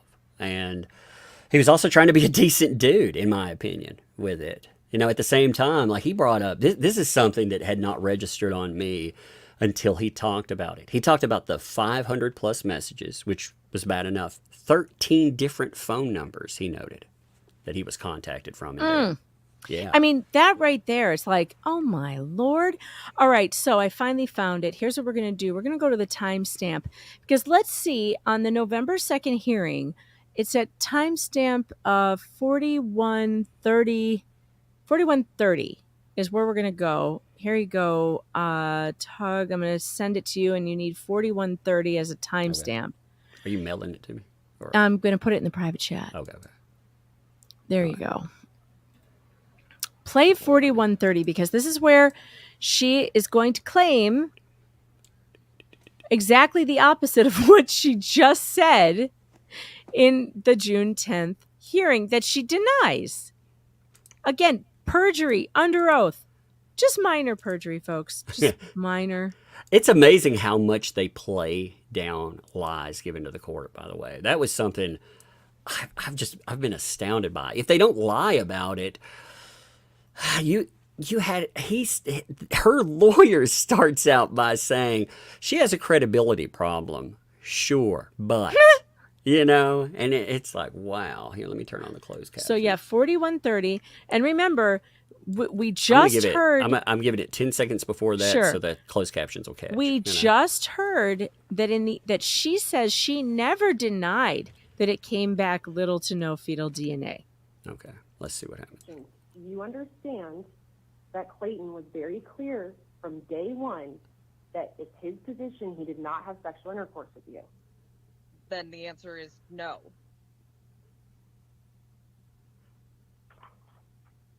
And as we sit here today, you have participated in 3 DNA tests to try to prove that Clayton's the father, correct? Correct. And not a single DNA test has come back Oh, I'm sorry. stating Clayton's the father. Sorry, it was 2 DNA tests, not 3. Well, you indicated at the last hearing that you were providing a sample for the 3rd DNA test to be completed, correct? But the second one got there was an issue with the transit according to the lab. So I mean that wasn't tested. So I can't say that I have had 3 tests that have come back with different results because only 2 were tested. Ms. Owens, you've provided a sample on 3 separate occasions for DNA tests, correct? Correct, but the second was Ma'am, these are yes or I no had nothing to questions. do about I'm not Yes or no has been a problem. I'm not looking for you to elaborate. Huge problem. So we'll move on. As we sit here today, not a single DNA test has come back indicating that Clayton's the father, correct? the samples were diluted and I'm going back next month is what I was. These are yes or no questions. It's a very simple question. As we sit here today, you have no DNA test that indicates that Clayton is the father, right? The results, the testing is ongoing is what I was told. As was The Clayton. testing is ongoing. So So you that's not said that on a couple occasions, that the testing is ongoing. correct. So is it your testimony that you provide these samples and that there's no results that are coming from these samples you're providing? I'm unclear on what you're trying to ask me. Holy So shit. Okay, well, month to give another sample that the testing is not back. So I'm unclear, I guess I'm trying to say. She just said it's not back. isn't Yeah. it true that the test came back and indicated there was 0 fetal DNA? That's absolutely not true. Oh, oopsie. Told you. And again, Ms. Owens, you have provided no testimony and no objective evidence or documentation to date to support that you have a positive DNA I'm gonna have to go test back and watch this after the trial. proving Clayton's the father of your alleged twins, right? The testing is ongoing. I'm unclear I guess is what you're trying to ask. Okay. So she refused to say that there was little to no fetal DNA found in those two tests. And that is the result that came back for both of those tests. Little to no fetal DNA. And she said, I always said it was little to no fetal DNA. No, you didn't. No, you didn't. You just said, oh, Lord. I mean, there are so many places, the lies like the Planned Parenthood and the documentation sent to Dave Neal and potentially others, I'm not sure. Again, I hate to take their word on whomever got sent anything, but for sure Dave Neal, that stuff is so overwhelming that you miss a lot of this other stuff. There are so many lies that are mixed in. Yeah, that's why it's taking me so long to write this article, because I'm like, I don't even know where to start.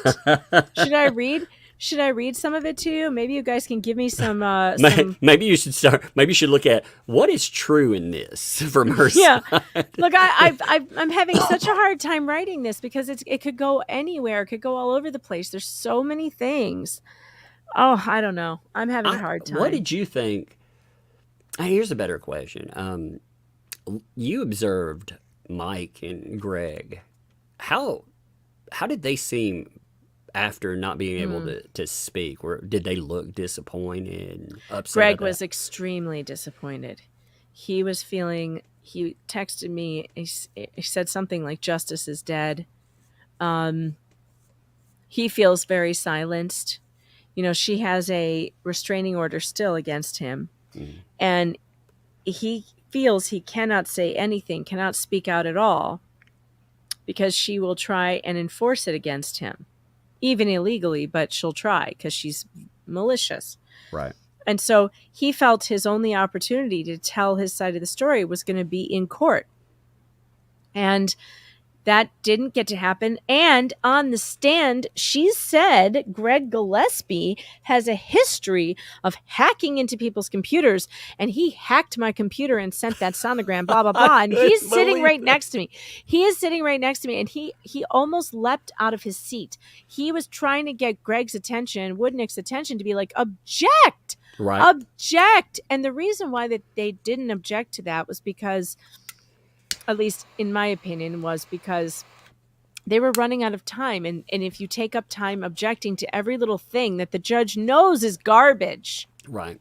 They would have spent that whole trial objecting. Right. They would have taken up all their time with objections, Mike Berrettini, on the other hand, though, he seemed a little more happier about, like, not happy that he didn't get to testify, but just happy that it was happening, and that, I'm sure, man, he feels like pretty relieved that he can speak about it now. But of course, she still has the order of protection against him too. Yeah, so it was reported. I can't remember if you reported or whomever that that when the police were utilized, they weren't utilized as the courthouse police weren't the ones that were told about. No, this is so dumb. There were so many cops. Okay, Sergeant McNair walked around and introduced himself to everyone there. I guarantee you, he introduced himself to Gingras. Guaranteed, he went to him directly and said, I'm the guy you come to. I am the one in charge of the SWAT team. He told me, I'm in charge of all the police here. It's me. I'm the guy. So if you need something, I'm the guy. Right? And he made that very clear. He made it clear to the media. He made it clear to the people standing in line. Everybody talked to the sergeant. See, I see that Bruce from Oregon says, I talked to the sergeant. Yep. Everybody talked to Sergeant McNair. He was a super nice guy. Well, so I know Gingras talked to him because he talked to everybody. This guy was like on it. He was a very good security officer. He was talking to everyone, getting to know people, being real friendly. That's what they do, Yeah, you go and find out if there's any threat out there. Yeah. Yeah, and you get to know people, and you let people know what the deal is. Like, here's the rules. I'm the boss. You listen to me, and everybody looks to me for whatever it is you need. Well, Gingras goes inside the courtroom, goes through the sergeant, because we all had to go through the sergeant to get inside the courtroom. So sergeant came out, talked to us outside on the sidewalk. Then he walked into the building, and then we all had to give our bags to him, right? He was the guy at the desk with two other cops. And he was checking out everybody, talking to everybody. So I know for a fact that he made contact with Gingras. We all go into the courthouse. Gingras takes his client and her mother and their expert. They disappear into a conference room. Meanwhile, we go into the courtroom. They let the media in. We're setting up. And I hear there are cops here out front. And I'm getting this from outside. And I'm like, well, of course there's cops here. We just saw the cops. We know there's cops here. And they're like, no, no, no. Phoenix police came. They were called here at 911. They're looking for Mike. I'm like, you've got to be kidding me. Now, Mike was right outside the door of the courtroom. I was in it already. I was in the courtroom. He was waiting outside. Now, I texted him and I'm like, are you talking to police? And he said, I just heard they're looking for me, but I haven't seen anybody. He's like basically saying, I didn't see anybody. I don't know. I mean, are they looking for me? I don't know. But this dummy, Gingras, literally came out of his little conference room dialing 911. He called 911 emergency services instead of going to Sergeant McNair. Now, why did he bypass Sergeant McNair, who was literally there saying, with a gun on his hip and a badge, saying, here I am, I'm the cop that you go to, and he went to 911 instead and made an actual call. So I FOIA'd that call. I have been unfortunately told that the body camera footage in Phoenix is backed up for 2 years. What I don't even know how that's travesty. legal. Yeah, I don't even know how. that. And I said that to the girl. I said, that's not legal. Yeah, and you know it. And she goes, oh, I know, but it is what it is. We are I guess 2 when you're years dealing with behind. the justice system and they decide what's legal, I guess. Yeah. They do. I'm like, but I told her, I said, the state of Arizona has a time limit on that. You know that, right? Yeah. She goes, yeah, I do. But I'm just telling you, I can't do anything about it. We have so many requests that we are 2 years behind on body cam footage. So I do not expect to get that anytime soon. I paid for it. I ordered it. I paid for it. I paid for the 911 call as well. And I'm just waiting for them to send it to me. That's wild, man. That is absolutely wild. But they showed up. And of course, Sergeant McNair had to go and talk to them. And of course, I'm sure he was like, I'd love to see the clip. I'd love to hear what he said. He was probably like, what are you guys doing here? What are you doing here? We don't need you, you know? It was witness intimidation. It was an attempt to stop the proceeding. He was absolutely trying to get something to happen there. And by the way, his opening statement or his first argument that he wanted to argue his motion to that get was rid so of, improper. He wanted to get rid of Mike Maricini as a witness. The judge already denied it, one. Yeah. But two, there was this thing he said, my client is so terrified she can't even sit here. Oh, really? Well, is this the face of a terrified woman? Let's see. Where's my Twitter page? Because this is the way she was looking at Mike. I was sitting next to Mike. My photographer was watching her watch Mike. I've got that picture if you want me to pull it And up. this is the face she was giving him. You got it? Yeah. The top one. Yeah, I got it. This one. She's looking right at him. Does she look terrified to you? No. She was laughing through most of this here. Look at her. She looks Look at the sick. next She picture down. Give me 1 second. Go to the one underneath of it. This one right here. Yeah. She was laughing through most of it into his ear and looking at her victims. And then the one under that one is great too. This was Clayton on his way off the stand, locking eyes, trying to get her to make eye contact with her. I don't think she ever looked at him. God, But that's a face. That's a face that Yeah. says, I'm done with this shit. Yeah, this is sick. Well, I mean, it is, you know. Having somebody victimize you to this level. Again, if we were to reverse this situation, again, there's no reverse to, you know, have Clayton say he's pregnant. I guess there is these days, but I digress. If there was a reverse, though, where he could bring, you know, all this unsubstantiated bullshit, we would call this terrorizing her. That's how people would really say that. But for Clayton, no. Can't be. And you could tell he's just disgusted by this. Man, I hate that for him, man. You know what else? There was another lie. That over I dramatic too. know, I love this one. That's I a wonder great what picture. she was saying because Medchill is really laughing, and so is Gingras. Was she telling jokes? I thought it was weird that she was standing there waiting for her. She got a police escort to her car, but she was standing right in front of my camera, and neither one of them were blocking her. So to me, I think that this was purposeful. I think she meant to have these pictures taken because she made no effort to just get into the car and go. And my sister got like 5 or 6 photos of her outside. So, You know what's bad is when you said, I wonder what jokes. I started looking on online for funny twin jokes. That's why I was like, I wonder if there's any really good twin jokes out there, you know? now listen to this. This is great. Here's in the transcript of the June 10th trial. Here's another lie, a small lie, but a lie. Minor perjury. At 41 minutes and 53 seconds in, the question is, you testified that you started spotting. What are you laughing at? Listen, it's not a short joke, but it is kind of funny. All right, I'll hear it. Okay. Let's go. I was sitting in the waiting room of the hospital after my wife had gone into labor. The nurse walks out and says to the man sitting next to me, "Congratulations, sir. You're the father of twins." The man replies, "How about that? I work at the Double Mint Chewing Gum Factory." The man then followed his wife in the room. About an hour later, the nurse enters and talks to another guy and is like, "Hey, you just had triplets." And the guy's like, "What do you know? I work for the 3M company." So the gentleman next to him, he looked really nervous and he started to leave. And I was like, "What's going on?" And he said, "Well, I think I need a breath of fresh air. I work for 7-Up. That's funny. That's funny. Yeah, I thought that one was all right. So during the June 10th trial, the thing about her period, she perjured herself in the same testimony. Listen to this.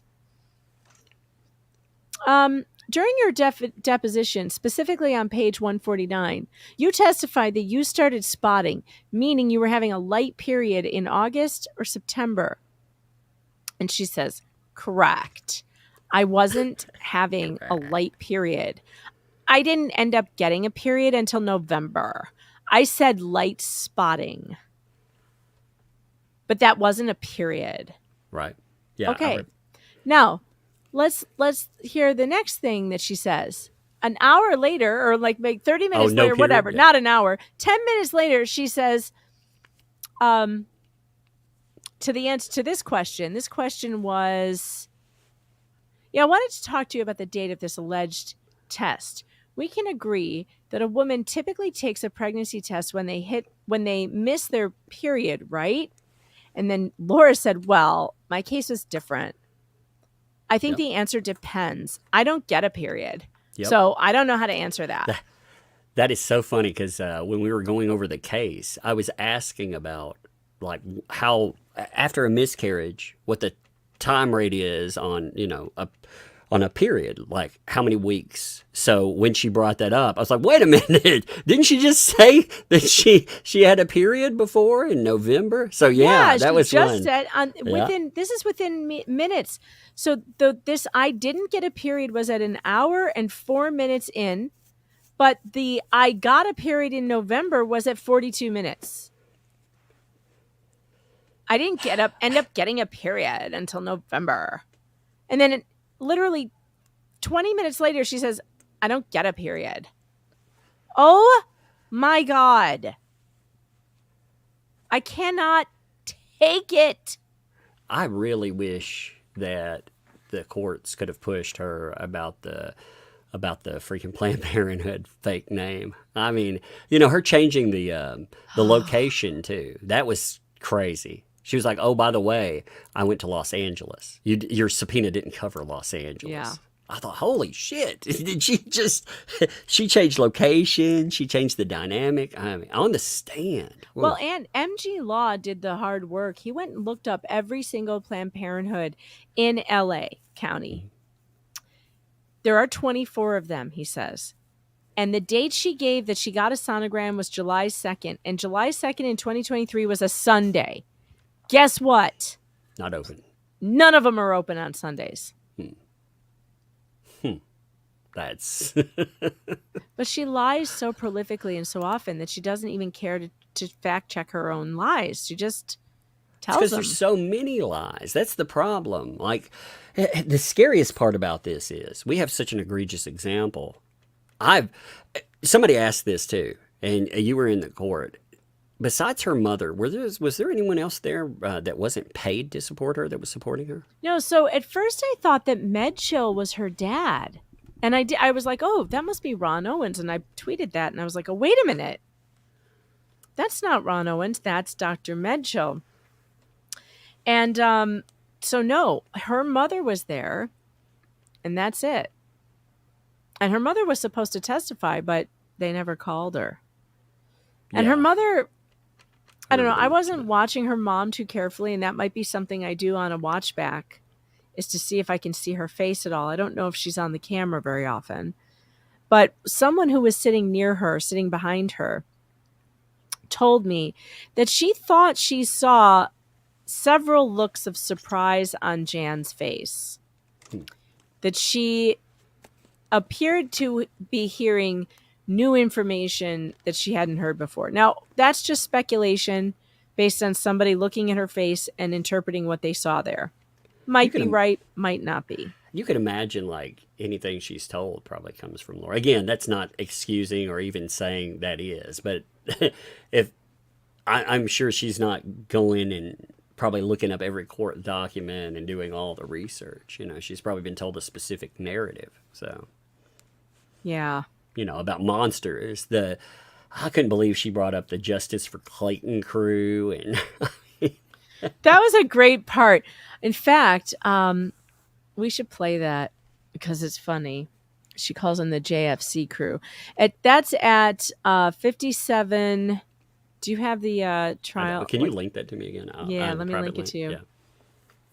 Yeah. Oh yeah, it's in my. Hold on, it's in my Twitter messages, my Twitter DMs. All right, let's see. You should go over the trial stuff. You should do it Tuesday night. Invite whoever, like, panel up, you know, if you want to. And yeah. Take that nighttime slot. You know what I mean? Like, the one usually for that. Because the nighttime slot, everybody's off work and they can join in. You know, it's a lot easier.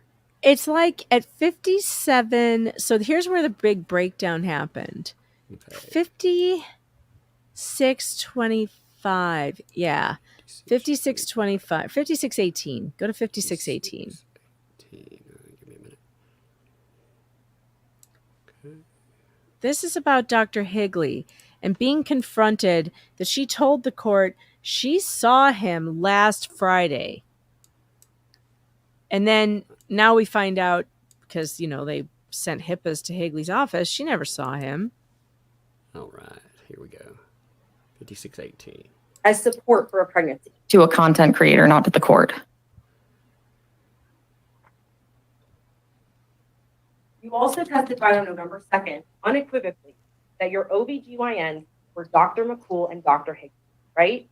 Right. In fact, you went so far as to state that your main OBGYN is the perinatologist, Dr. McCool, right? Correct. You further testified on November 2nd that you had last seen Dr. Higley on last Friday, right? Right. You lied to the court when you made these statements. I had the appointment scheduled, which you guys have. No questions. I know, but it needs to be answered. Correct. It needs to be answered. I had an appointment scheduled with him that I did not attend, but I did have an appointment scheduled. So when you say you were seen by a doctor, that's not the same as having an appointment scheduled, correct? Amen. Correct. So we would agree that you were dishonest when you said you were physically seen by Dr. Higley the Friday before the November 2nd. Correct. That's a very minor thing. Right, Megan, and that's where the crowd laughed. Yeah. And but you can't even. It was so quiet, you can't even hear it on the microphones. Yeah, it doesn't pick up right here at all. Like, you can see the reaction. I mean, Greg's for a minute reaction, because he there. started screaming at everybody. But you know, with that, it's the joke about minor perjury. That's why everybody That's why laughed. everybody Even laughed. I, when I saw that live, I laughed and I was tweeting, laughing at it and stuff because again, there's songs. A very famous song. I can't remember who wrote that song. Who was that? That would be me. Yes, I wonder. Yes. I would have loved to hear her be like, and the Pond Scum Posse. I would like, Wouldn't it oh have been great if she was like, I can't do this if the Pond Scum Posse is going to be reacting. She could have just screamed, "You're all Pond Scum." I would have loved it. All right, let's watch her breakdown. Though, man, she does, and the judge's reaction, I thought was really telling out all of this. Stop. Yeah, really. I mean, if this is good, I'm not comfortable if the JFC crew is going to be Look at Gingras in I that, know too. he's trying to make having reactions, honestly. Okay, I'm going to stop the clock at this time. Council, you ask questions. Ma'am, you answer the questions. I could ask the gallery to please keep your I actions- think I I'm can't. still talking, ma'am. Keep your comments to a minimum or you will be asked to leave. Go ahead, Council. See, I mean, that was really lightweight on the gallery. She was very nice about it. She said, keep your comments to a minimum. We're not supposed to be commenting at all. Yeah. Well, galleries originally were created where, people heckle during trials and It's shit. true. So- It's true. People would now listen, in every trial you've ever seen, especially televised trials, you will always have a moment or two where the entire crowd will have the same reaction. Yeah. You remember, So, okay. remember Larry Yeah, the Foreman? Deb trial, Larry. That's exactly He it. made the face. And everybody Yes. made the face at the Yep. same time. Even Elaine Brederhoff made the face because Yep. she got burned so bad that everybody behind her went, and gasped. That happens. It doesn't mean that the crowd's out of control, and the judges know this. They know how crowds are. We were trying to be so good, and everybody really was being very respectful. Everyone was being quiet as hell, and it was hard because there were times where people in the gallery were being spoken about on the stand in Right. absolutely defamatory ways, and still nothing happened. I mean, Greg looked like he was ready to jump out of his skin, but he sat there and he was quiet. So I the really fact want to that review Greg Gillespie's stuff, man. I really I'm do. going to. So I'm going to. We're going to start doing that, Tug. Okay, You want to do good. it with me? Yes, Because of it's going to course. be a very long process. I Because want to. his story is very long, and it's in. I started doing it by reviewing the Gillespie files a while back, but then we Mhm. got all consumed with this trial, and so I didn't go through it. I actually spoke to him today, and he has a whole bunch more stuff that he hasn't released. So we're going to start going through Yeah, all of if that. Greg, I realize he doesn't want to make statements, and that is totally fine. Any court document, however, I make my own statements, and it doesn't, yeah, if they're out there, for sure, I would really like to look at it. There was a super chatter that asked, what happens? Like, next, can the orders of protection be overturned? It really depends, first of all, on how this trial goes, but absolutely. Like the stuff that she's admitted to, if the order of protection falls for Clayton, holy shit, then it opens up another world for those two guys. And it also opens up civil lawsuits. People can take her except for money. I hate to say it, but she's pretty much judgment proof. And there will be no money. And it'll be $150,000 spent to just get a guilty judgment. And then you don't get anything out of it. So you got to be willing to She depart. says with she makes $200,000 a year between Yeah, she businesses says she that, but never- good luck collecting it. Yeah, well, still, I wonder how motivated people are to clear their names, because it isn't just a money thing. Greg True. Gillespie, Mike Merritt. I don't want to say one versus the other, but Mike Mancini, man. I mean, you look at his is horrible. His is the one I've read through. Now, Greg's looks awful when I read through texts and everything else, but I've seen what she said. We read it together. We read her Yeah. statements, and hers was essentially she was reported for stalking, is what it sounds like, to the police, and the police turn around and they come after him, and they've still come after him. So he might be very motivated to clear his name in that. And Oh my God. Bruce says Dave and him were going bonkers in the van. Oh, when she said it's just a minor thing, I would have loved to have seen your reaction. I need to rewatch that stream back and see Dave's live reactions Yeah. because I I wouldn't bet he watch that did up. lose his shit then because it was really quite the moment. And I mean, the judge got it. She understood. She did not yell at us in any way. She was like, No. okay. Well, as for the gallery, I'd like you to just keep your comments to a minimum, or we'll have to ask you to leave. But I mean, I didn't feel threatened by her in any way. She was just like, okay, it was so sweet. I mean, she was much harsher on Laura. She was like, ma'am, I am Yeah. still talking. Well, she was talking over. I was like, why the, and she's done this a lot. We've seen this in other hearings. I mean, she's treated it like, you should let this keep playing because she'll have her toddler tantrum in a minute. Yeah, I was going to let it play all the way to the break itself, which is. So it's never been seen by Dr. McCool, Dr. Higley for any medical appointment, correct? Correct. And the records from Dr. McCool's office indicate that you made 4 appointments that you never attended, correct? Correct. And the records from Dr. Higley's office that we obtained indicate that they have no records for you from August 2020 through the present, right? I'm sorry, you said Dr. Higley or Dr. McCool? Can I take a minute? Yeah, can we have just a 5-minute recess? Sure, at this time. A minute. No, go ahead. What were you going to say, Council? I'm just concerned about our time constraint. That's all. So. Well, we factored in a 10-minute break, so what we'll do is we'll take it now. And then when we come back, there will be no further breaks. So that's just something for the parties to keep in mind.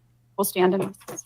See, I found that, like I was complaining before, I found that to be unfair, considering, my perception. I think most people feel this way. Clayton's the victim in this, and he wasn't given a chance to. She gets emotional, quote unquote emotional, and we get a break. Yeah. And, reading Except through that, I did like Omar Serrano's take on it, the tilted lawyer. He's like, she lost this at that very moment. I'm telling you, he goes, because judges see right through this crap. Yeah. And they hate it. Family court judges, he says, Omar says, family court judges are the best. They're the best at spotting fake tears because it's being done to them day in and day out. And I can imagine that that's true. I couldn't believe, like, when I was reading through Gingris's blog about that, where he's talking about how great of a person Laura was and everything. I wondered this, and and again, he would never answer this truthfully. Would he dated Laura Owens? He says she's such a good person. Would he actually invite someone like that into his life? That's a good question. Yeah. Sandra D's got a good question here. She says, JFC crew. I thought, Megan, you said it was his family, victims, and you in the media. That's correct. Mm-hmm. There wasn't JFC crew there. It was me, my sister, Greg Gillespie, Mike Maricini, their wives, Clayton's family, and other media people. And I think there were maybe 2 or 3 JFC people over to the right. And the sound came from the left side, which is where we were. People just went... What annoys me with that, when I listen to people talk about this, many people have said when it started out, they were on Laura's side. They thought, oh man, pregnant woman's just trying to, and they wanted to get to the truth of this matter. And that didn't make them JFC people. It's so minimizing. Of course, yeah, we want justice for Clayton because we think he's been wrong, but I don't see anybody popping up, justice for Laura. No, just Gingras. Mm-hmm. And considering he's the only one. We talked about that, not getting into it, but we talked about the girl on TikTok, the one that put out the video alone. Yeah, and the one all making that. her own cupcakes. Oh, poor me. I'm a and single you've seen mom. how divisive that is, even though there's court documentation and stuff that's saying, hey, this person's not a nice or a good person. There's a lot of evidence pointing to that. She faked cancer. She did all this stuff. And yet people back her. But like I said, I think if this had a worldwide audience, you would have a fringe of people that just hate men. First of all, they would back, and you'd have people that just want to be obstinate. But by and large, and maybe some people that that story plays on, people have been through terrible things and she manipulates them. Yeah. But by and large, I don't think she would have very much support at all. Oh, guess what else? In the overflow room, I was looking at you guys in the chat. They were like, oh, imagine going all that way and then they throw you in a room to hear bad audio. Well, that's true. That was unfortunate. But I heard it was kind of fun in there. But guess who was in the room? Judge Mata's dad. Props to Judge Mata's dad if you're listening, by the way. Yeah. Yeah, you raised I like a Judge really Mata. cool She daughter. seemed very nice. Yeah. You raised a neat daughter. She's really sweet and kind and nice and yeah, so I guess that with some people I guess asked him like, "Oh, this is so sweet. Are you here to watch your daughter work?" And he was like, "No, I'm here for the shit show."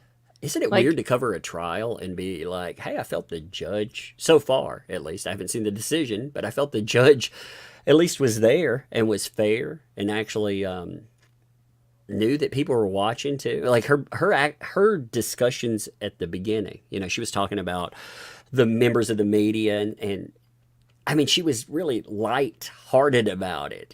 She did very well with it. She could handle a big, big case, I think.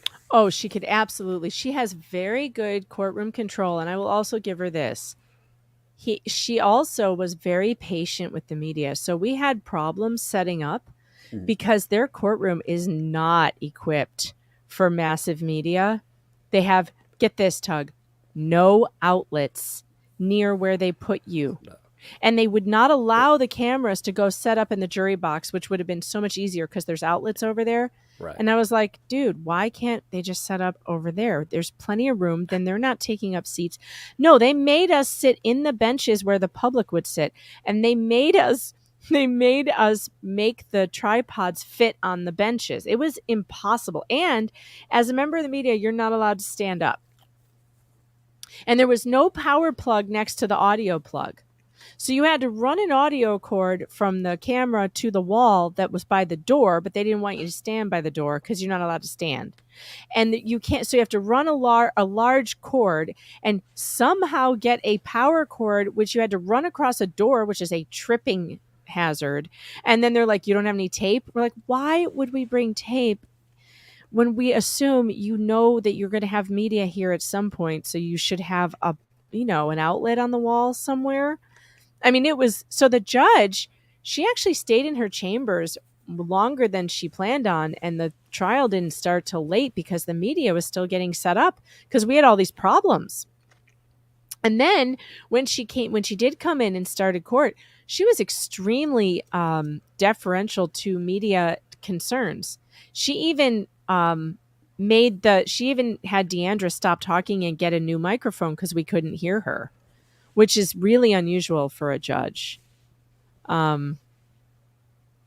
So it was she really was very good. Very good. She doesn't get ruffled at all about anything. I have a feeling that anything could happen and she would keep her cool.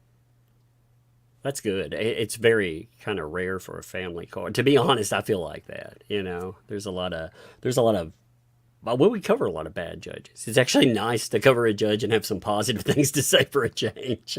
You know? Right. Yeah, well, I like Judge Penny as Karate. I thought that she was really good in the Johnny Depp trial. And I also like Judge Carroll, even though in the Kowalski trial, who, I thought he could have been harsher on Jay Hatch, and I thought he should have applied sanctions. But other than that, I thought he was really fair. Boots on the Ground says Judge Mata's clerk was with us, too. I didn't get to meet her. Or I don't know if it's a her. Is it a her or him? How do you know that, Boots? Tell me a story. I want to hear it. Here's a good one. Here's a story you haven't heard. So I get into the courtroom and I noticed my sister was talking with this big guy outside the doors, and I didn't recognize him. And my sister, who's a lawyer, she always finds lawyers to talk to in court, wherever we are. If we're in a court somewhere, she'll start chatting up the lawyers. So it turns out this guy she was talking to was just a lawyer there that day for a different case. So I noticed them talking outside. Then we went inside and I saw him on the bench, and I said hello to him because I had just seen him talking to my sister, and he goes, hey, come here. I go over there and I'm like, yeah? He goes, Greg Woodnick, I know him well. He's here all the time. Who is this other guy? He wanted to know about Gingras. I'm like, oh, I said, David Gingras, have you ever heard of him? He goes, no, never, ever. And I said, well, wait a minute. He said he practiced family law here for quite a while. He goes, nah, no, I've never seen him. Never heard of him. And he's like, I work here every day for 20 years. I've never heard of this guy. That's fascinating. Well, I know, and I'm like, well, he's an internet lawyer. Do you know when what we found out internet about lawyer is? When we found out about, half his caseload being one case with decisions, for sure, that was admitted, half of them for sure. So, I don't know. I'd really like to look up all his caseload. I don't know. I'd like to know that, but I'm not willing to put the work in for that. Also, can you imagine having to read his motions? I mean, the ones we've had to read already have just been yikes, if you know what I mean. I want to know if he does that a lot. Like, I want to know if he goes on Trump rants a lot. Like, does he put different colored writing too? Like, he uses different colored fonts like he did he's like using colored markers in his motions. I've never seen a lawyer act like him. I mean, I've seen some craziness. I've never seen it, ever. I've never seen a lawyer signaling like he's telling his client to steal third base, either. Slide, Laura. It'd be funny if she slid off the like. He made the safe motion. He made I know baseball signals. My kid's in baseball, man. He was doing the safe thing over and over. And I'm like, what is that? What's he even trying to tell her to do? This is crazy.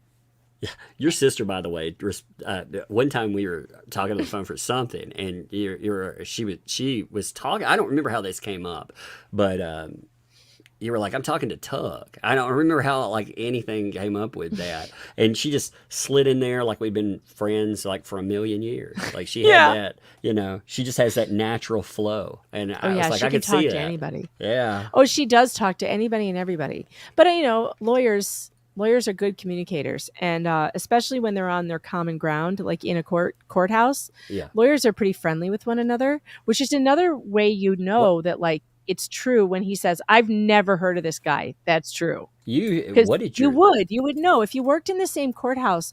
You all get to kind of know each other. My sister was getting to know the lawyers in that courthouse, and she doesn't even work there. Man, you should have your sister give her ideas on this, on what the case is. Or she did a little bit. We had her on. I had her on from Arizona. We talked about his behavior. I didn't catch that then. I didn't catch all of. Well, it was because it was during the marathon. I was popping in live every once in a while. And so we popped in with her, and we did a stream with my dad too, which was funny. My dad came in and told embarrassing stories about me, and and my sister did tell her opinion of Gingras. She's never seen it either. She's like, this is just outrageous. She thinks that it's sanctionable, the things he's done. And I don't disagree. I'm glad to hear that from a lawyer, because anytime you look at this, I'm like, how could it not be? Like a lot of this stuff is madness, and it's pointed. God, it's been pointed at everyone. Talking about destroying lawyers. I mean, what was weird is his blog in the aftermath, he's talking about moving on and all that, but at the same time, he's taking shots at counsel. I mean, he made some pretty nasty comments about them. Oh, God, he's awful. He's just awful. And I don't think it's an act. I think that's just who he is, unfortunately. He should really work on that. He needs some therapy. He needs play therapy. He needs to learn how to play well with others. Maybe he needs to, have some play therapy where they put him in a sandbox with other lawyers and they tell them to play nicely together and now work together to build a sandcastle, David. David, don't knock down other people's sandcastles. It's not nice and it makes people sad. Maybe he needs that. He'd be in there, and he'd narrate. He'd be like, "What did you build, David?" And he's like, "Well, I built a kingdom. We're going to call him King Gangris, and King Gangris has built a gallows. A gallows. That's where you go. Yes, and everyone else goes to the gallows, but King Gangris. You're like, all right, yeah. The other thing that caught me is, so we've had the black. God, what is that freaking show? The show Black Mirror. Mirror, that's it. Yeah, I don't know why that's slow. I kept wanting to say Black Ceiling. I was like, that ain't right. What the fuck is the Black Ceiling? But we had the Black Mirror episode, and then he compared her to Kate Middleton in in his newest blog, and then he brought up the OJ case. I was like, for real? You know, so Yeah, he thinks he's in that league I just because he one time was on a case with a celebrity that nobody ever heard of that case, by the way. I But just I thought he thinks this. he's very special. And also when my cousin read this, Alex, she is such a scream. Oh my God, Alexandra, love her so much. When Alex read through this, she was listening to Dave's live when he read it. Or no, when he read the email that he sent to Dave I Neal. haven't even been able to catch that up yet. I Oh saw God, that. I it's so just funny. haven't. Well, when Alex heard that, she goes, "Oh, his dick must be so small." And I Oh laughed. no. Oh, here's another hilarious Alexism. We're in the courtroom and Dr. Medchill is getting sworn in and she goes, "That's the OBGYN? That guy?" And I'm like, "Yeah, that's him." She goes, "I wouldn't want him anywhere near my vagina." Oh I my about God. died. I was trying so hard not to laugh out loud. But it's true. He was really weird looking. I thought, wow, he seemed very awkward. And I mean, you know, you have doctors that don't have any bedside manner or anything, but he just seemed very awkward. I couldn't. I met, you know, we dealt with for our two kids. The doctor that we dealt with was he was very full of himself, but at the same time, you know, he's funny, disarming. He had a certain charm to him, you know, and it was kind of disarming. I couldn't imagine, you know, that guy versus like a Dr. Medchill. Ugh. Oh, Dr. Medchill is like so old. Even his references you barely get unless you're 50 or older. And he was like, "I'm like Sergeant Friday Yeah, from just the facts, ma'am. Dragnet." Yeah. From Dragnet. He actually said that. And I'm like, oh my God, there's like two people in this room that know what Dragnet is. And it's me and Greg Woodnick. I had We're to the explain only that on two my, other people who know it. I got a bunch of questions for that. People wrote me and they were like, "What is that?" So in my live stream, I was like, "It's just the facts," you know. Just the facts, ma'am. Just Yeah. the facts. But what was interesting about him using that analogy is, so you were like, just give me the least amount of information that I can make the finding that you want. That's what Well, he meant. Here's a Because beautiful that's what he thing. did. So as part of, you know, I taught for a hot minute. You know, I worked as a teaching assistant, graduate assistant, and I taught classes for a hot minute. One of the things that I taught undergrads was psychological statistics. You know, psychological statistics are much different than just regular statistics. You know, we have a lot more leeway. You know, for example, like our failure, our alpha levels. You know, we're not dealing with planes. You know, if 1% of planes falls out of the sky, that's terrible. But in, you know, we can set alpha levels or failure levels all the way down to 5%. But the way that you bring in data, the way he was describing not looking at certain items, so he could look at these are things that you teach people right from go. No, you don't do that. You know, you don't take a tiny sample size of items and make these types of determinations. That's absolutely ridiculous. And he was saying it, you know, he's a scientist. And I was like looking at this again from so many where I taught. We did undergrad thesis as well as graduate level thesis. You know, they did a mock thesis. So I went through. You know, I taught people how to do the thesis and other things. And the stuff he said, hell, that could have been a cautionary tale I would have shown undergrads. Like how you do not sample, how you do not look at data. You can't exclude things like that. It's absurd. Yeah, of course. I mean, Greg's takedown of Medchill was masterful. It was. It was fast. It was and it was brutal. brutal. And I mean, he even had the guy agreeing with him. It was great. Yeah, he made him look like a fool, is what he made him look like. An underprepared fool. Because he admitted to not considering the fact that she fakes items. He was like, that's not relevant. It is absolutely relevant. You accepted documentation from her. You didn't get medication lists. You didn't go over all this. It was stunning, honestly, to find out how little. Literally choking on all of Laura Owens's lies. I have to go downstairs and get something to drink Don't die on us. I'll hit a commercial. because I'm choking. I'll be right back. All right. Yeah, give me. I'm gonna take that down, but I do want to bring up the O.J. Simpson thing too when she gets back. She messaged that to me. We have a private message thing on StreamYard, and she messaged like, I gotta go get a drink, but I didn't see it. That's hilarious. Well, give me 1 minute. I'm rolling up. Man, I gotta find where I was. I appreciate all you folks popping in too. I've missed being able to have all this stuff for like Megan. It's good. It's good to be able to sit down and talk about everything. Let's see. I think I was right here. Shelly, thanks for the 3 months. Love watching you tug. One of my favorite shows on the tube. Thank you. Appreciate that. So Mindy, thank you for the 3 months. So glad to be a member. Love your input with this case. Thank you. I love the fact that that Megan had that bird's eye view. Rogue Mama, thank you. Welcome. Thank you for the membership. Welcome to Tugs Thugs. I'm sorry, that's a gifted membership. Well, regardless, whoever that was too, welcome to Tugs Thugs. Thank you for the gifted membership too.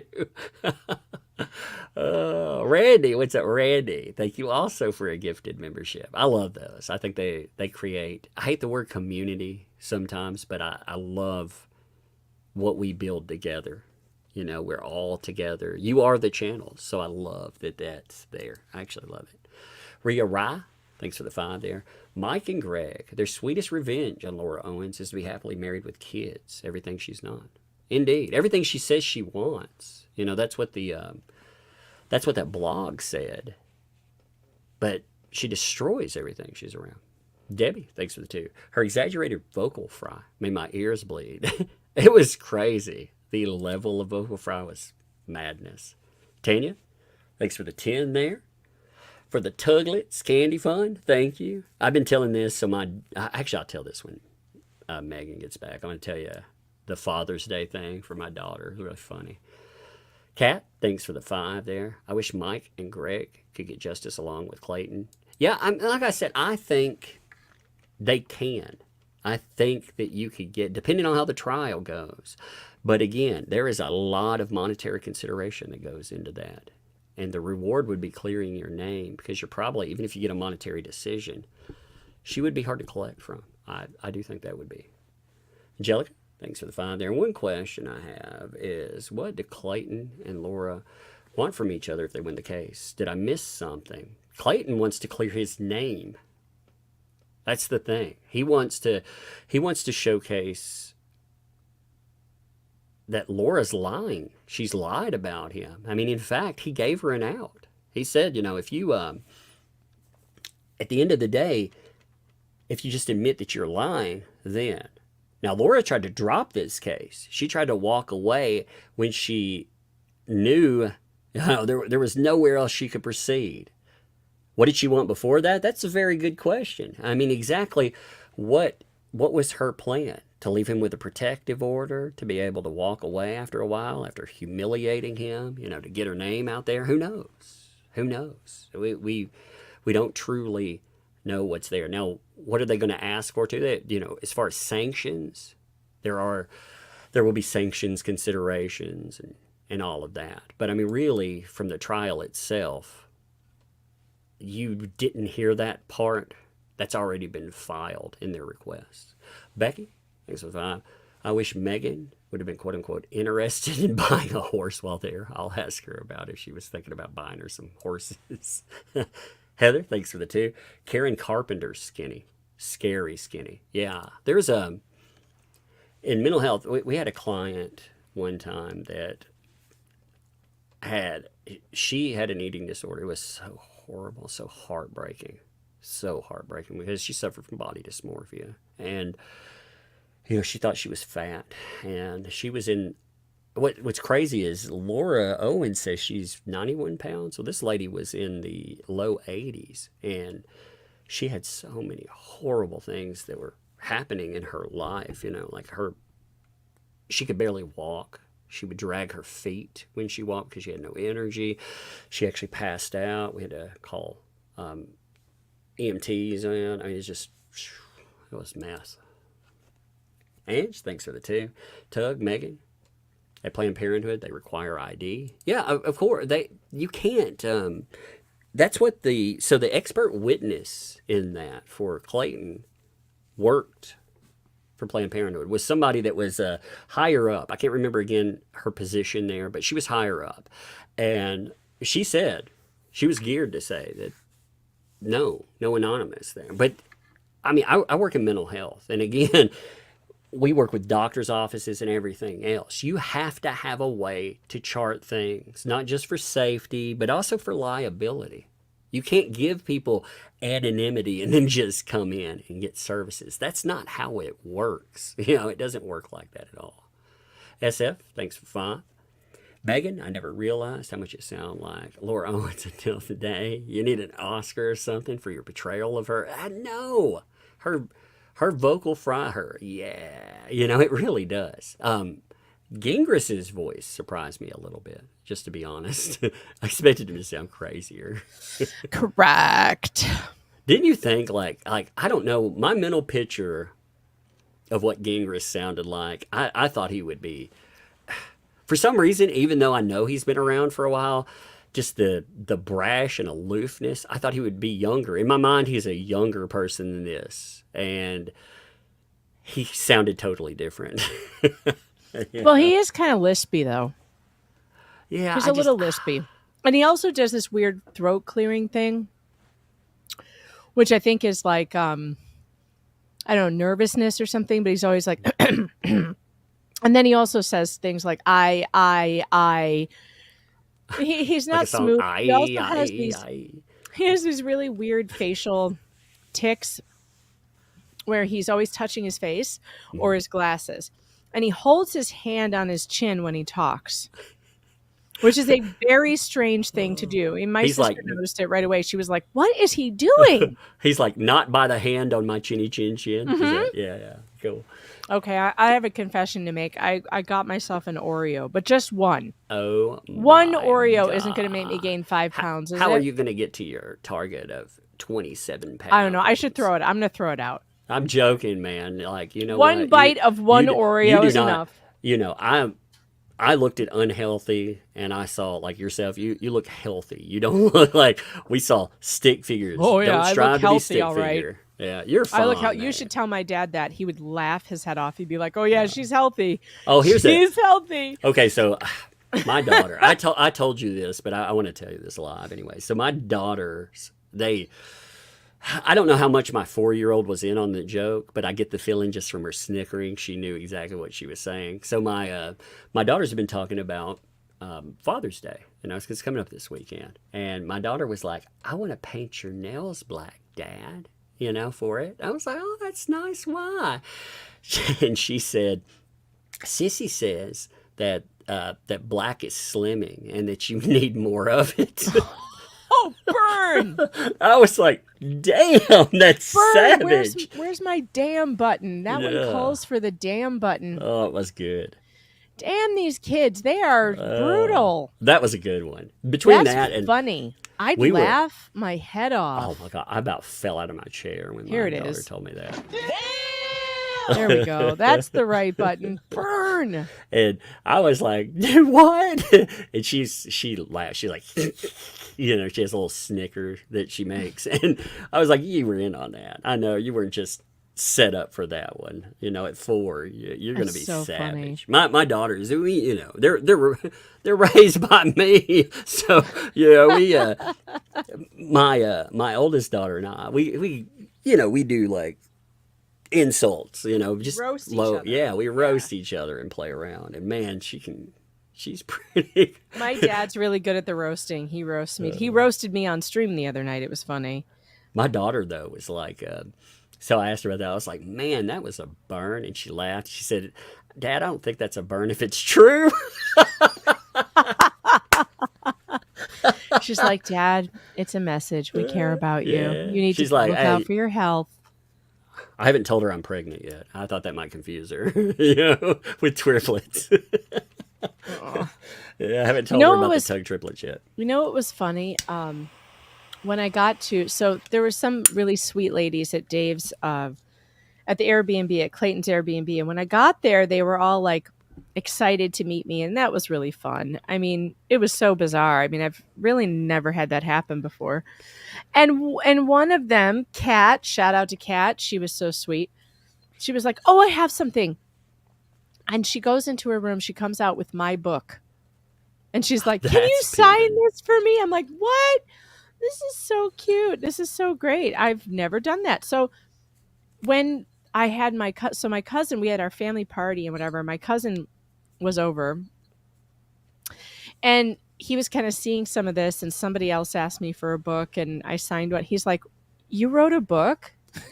My cousin goes, you wrote it. When did you write a book? I was like, I don't know, like 2018. He goes, you wrote a book? That's I'm like, yeah, do you want one? He was like, yeah, I want one. And so I went to get I had the last book I had left. I just brought a couple in case anybody wanted one. And the last one I had left, I open it up. I'm like, I'll sign it for you. And it's my proof copy. And I'm like, oh my God, this is even better. This is a really special copy. It's the first copy I ever got myself. It's the one that you go through and you look for mistakes, you know?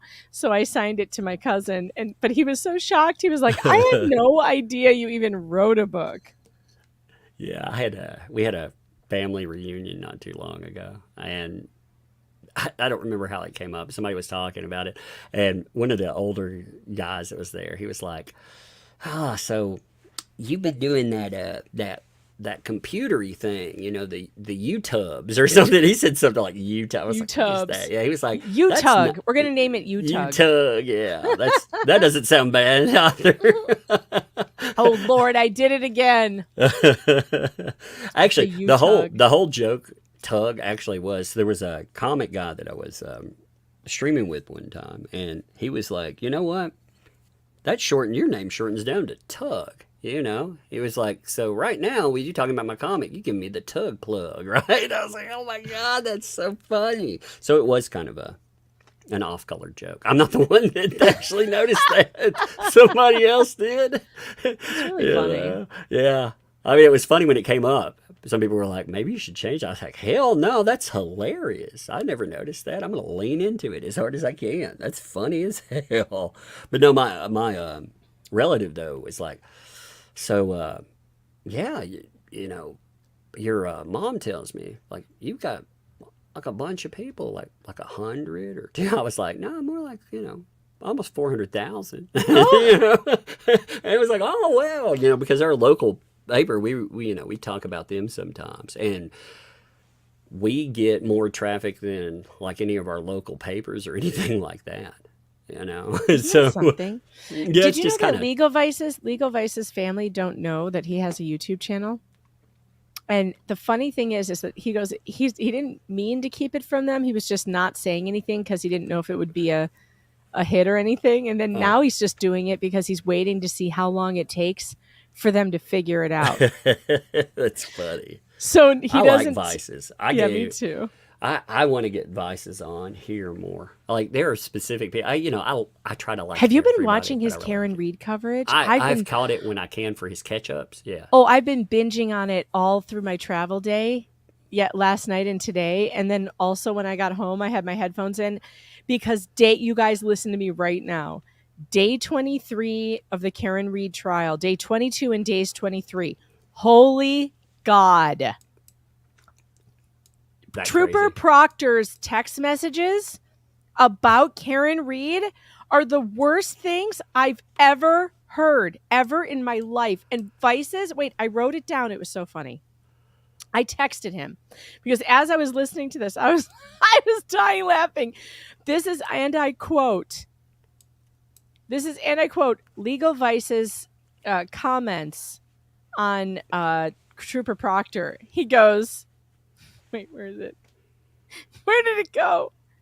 He goes, ew, What an icky human being.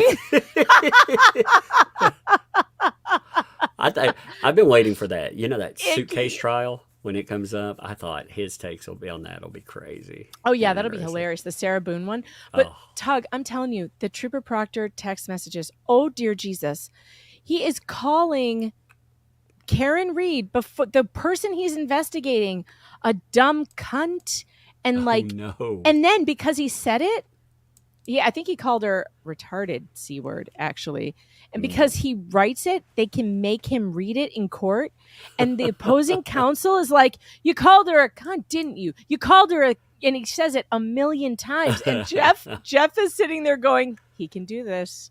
He can do That's this all day amazing. long. He can use the same words that the witness used against her."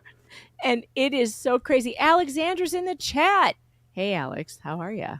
We were just talking about you and your hilarious comments on Dr. Medchill, which all the ladies in the chat agree with.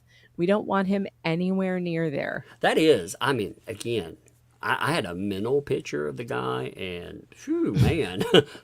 You know, it goes to, I get on rants a lot about expert witnesses. Sometimes they serve a purpose, like Clayton's expert witness, you know.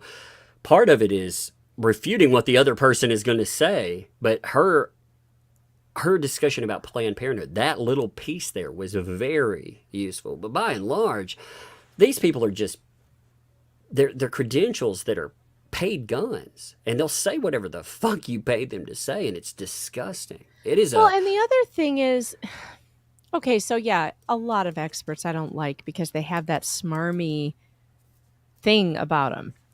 I really, though, the experts that I like are the ones who've never done it before.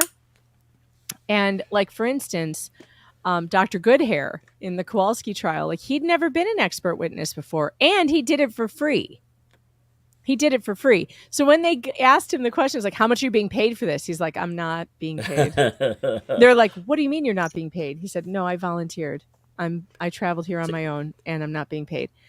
And he's like, well, what, are you a friend of Greg's? Are you a friend of Greg, Mr. Anderson's? He's like, well, yes, we know each other. And I offered to do it because I believed in it. And almost all of the experts in the Kowalski case were not paid. See, they that's volunteered. Very rare. That is very, very rare. Most of the time, experts are getting paid through the nose. They are paid, you know, tens of thousands of dollars. And the way that you can tell it's a broken system, and they're rarely held to account. Very rarely. They're given a lot of leeway. I wonder if Clayton's expert was paid, because I just found this out. I didn't know this, but Dave said it on a live stream. And so, well, he didn't say it outright, but he basically said it like, we had experts like Dr. Dean who called our show, like called Dave's show, before they were a part of the trial to say, I have this information, here's what I know. And then they were connected with the legal team. So she may have, Dr. Dean's may not have, I don't know if she was paid or not. She might have volunteered to do it. What did you think about, like, one question that really stood out to me too was when he asked her, did you know that your expert report had been posted online?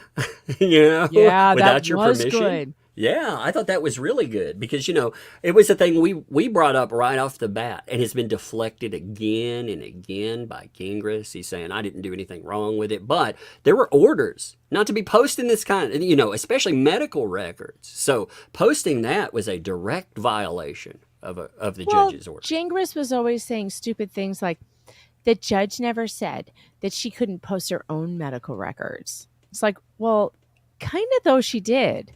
She was kind of saying, don't post any medical records because you asked for the medical records to be sealed. So that necessarily means you won't also be posting your own medical records, because otherwise, why would she order the other party not to post them? We've seen PR done well. I think, like, Adam Waldman's a perfect example. He went out, he put the case together, and he would directly refute things that were said. He did it. He didn't write blog posts about it. He would take a piece of something and he would say, here's the truth about that. And that's it. He didn't offer like stupid ass conjecture. You know, we've seen it done well. I think he's like at a 1 out of 10, he would be like a 10 level of that. And then looking at looking at Gangris, I mean, if I could give him a lower score than 1, I would. Like, he's done so much damage to Laura. Laura, I mean, she's responsible for everything she did, obviously, but he motivated people to come But in of all and the talk. lawyers that she's ever gone after their licenses, he's the one who actually deserves it. He's the one who actually damaged her case. Like, Yeah. he's the one who caused us to raise money to get an expert to download Michael Maricini's laptop and Right. burn her. It was him. I was just. It was such a happy weekend. Alexandra and I had such a great time. My cousin Alex and I we don't get to hang out anymore because we don't live in the same state. And oh my God, the two of us being together again is just like, it's so fun. I'd Alex, love to we do need to that. do it more often because that was just a fantastic time. I miss my family. We're all spread out now. We used to all be in Illinois, so we would have Thanksgivings. Oh, by the way, Alex, it sounds like my husband is all in on Thanksgiving in Illinois. I can't wait. So her mother, I told her how much I miss our big Thanksgivings. And she was like, well, I have a big house. We should just do it again. I'm like, that's a great idea. And my dad even said he'd get on a plane. And he has not gotten on a plane in years. He was like, yeah, when your family is like, sure, I'll come to Chirac. Yeah, that's that's Yeah, that's yeah, pretty yeah, good. yeah. Well, they don't live anywhere near there. They live in a beautiful place north of Chicago. But yeah, no, it was just so much fun that I got to have this experience where it was like a family reunion and this crazy trial Yep. stuff, which is probably why I wasn't so gung-ho about streaming every day, because I really just wanted to hang out with my family. I don't You get were to also see really them. calm and everything. You could tell you were in really good, good spirits with everything. It had a positive vibe that you could tell everybody. First of all, one of the things I've really liked about this is, with the exception of early, stuff where, like, when you or myself started to cover, and people were like, after a while, everybody got used to everyone that was talking about this, and it became a pretty positive atmosphere, overwhelmingly. Oh, well, positive. you know what was great? And this is something I didn't tell you about. In fact, here, let me bring up some pictures. I do have some pictures I put on a Dropbox. Let's see if I can pull up a few. Wait, was it a Dropbox? Where did I put them? Oh, yeah, Dropbox. Okay. So the setup in front of the whatchamacallit, the parking lot was a lot of fun. And there was, okay, here's a picture. Here, I'll let you share this one. Okay. So this kind of gives you what it looked like. Here you go, Tug. So Is it ready? out in front of the courthouse. And I like this one because my butt looks good in this picture. So this is me. This is me. This is Mike Maricini over here in the gray suit. Let's see. Damn, I'm he's tall clicking. compared to all you midgets. Oh out there. God, he's huge. Again, Laura has Yeah. a type, and it's these large dudes. How come He's I can't? dressed nice there too. Let me try to open in a new tab so I can get closer. There we go. Let's do that. All right, there we go. All right, so no, don't do that. All right, this is Mike Maricini right here, looking very dapper in a suit, but look, big guy, right? Look Yeah, at Dave. yeah. Look at Dave. See if I can get closer. Dave's face. He's like, what's going on over there? They left me over here with the microphone, and they're all over there. He's like, what's happening? What the what? I actually am not sure who I'm hugging. I can't tell because I can't tell who it is. Oh, Dave wanted everybody to come over and give him a hug too. You all Yeah, left him Dave's out. like, So why sad. aren't I getting hugs? Oh. But yeah, so this lovely lady in the black jumpsuit. Damn, is he's got Mike's some huge wife. feet, man. Man, he's a big guy. He's a giant man. I say I wear like size 14s, and I'm like, man, he's got a gigantic shoe. His Man, wife he's is big. absolutely lovely. So this media van over here, this is where we were staged and we were setting up. And then on this side of the van, this wonderful woman brought an entire table of catered goods. There was pasta and salad and breadsticks. Oh, look, it's Jan Owens. I just realized Jan Owens is in this photo. Here they are. And they're looking right at us. So there's Gingras. That's Gingras. Let me see if I can get even closer. Let's see. that's Jingris and Jan. Yeah, they're looking And straight at you all. yeah, I don't know who this guy is. Oops, whoops. Oh, my shoes are cute though. Look at those blue Oh, shoes. those are nice fantastic. shoes. I like those. Those are fantastic looking shoes, Megan. We like those. Okay, wait. Well, let's go back in here. I like that. Yes, Megan, we love your shoes. They are very beautiful. I like to talk to myself. All right, so yes, this is Jingris here and Jan. Now Laura was hiding over here behind this car right here. She was hiding. Now I have more of those. She's probably just standing sideways. And and you can't see her because she's sideways. All right, let me see. I have pictures of the dogs. Okay, so Alex wasn't able to get set up fast enough to get the all the cops that had dogs. There was more than one. I would say there were about 7. Alex, wouldn't you say there were about 7 of them? But she did manage to get set up in time to see this guy right here. Let me pull him up and back this up. There we go. This is what they look like. Look, they're wearing that's really intimidating. I know. There were 7 of these guys, full on tactical gear. Look, the dog is wearing camo. Damn. Look at the dog. He's got a vest on. He's got a tactical vest. I know. It was the canine unit. Yeah. They had several dogs. That's what I was telling you. You know, when I was a teen, we used to train dogs. We did that for a while, and it's fascinating training those things. Like to get them to, how you get them to. They basically have a scent for everything. Like you can spray on a ball. Right. It can smell like drugs, or it can smell like I started explosives. teaching my dog how to do that because I have a German Shepherd, and there's like exercises you can do by basically making balls, different types of balls smell like different types of things. So like you could like get hot dog on it, make it smell like a hot dog, and then you teach him to go find it. He caught on to this game so quickly. We started playing, go search in the house for a certain toy, and he can find it every time. It's kind of amazing. Man, that's like Here's my kids one. when I get on the cell phone. They can smell it or something. Maybe that's what it is. Maybe it has a scent. So, Alex, since you're in the chat, I have to ask you: did you think this was Clayton? I thought that was Clayton when it's not. This is Clayton's. That looked like him from out. This is Clayton's little brother. Oh wow! I thought that was Clayton.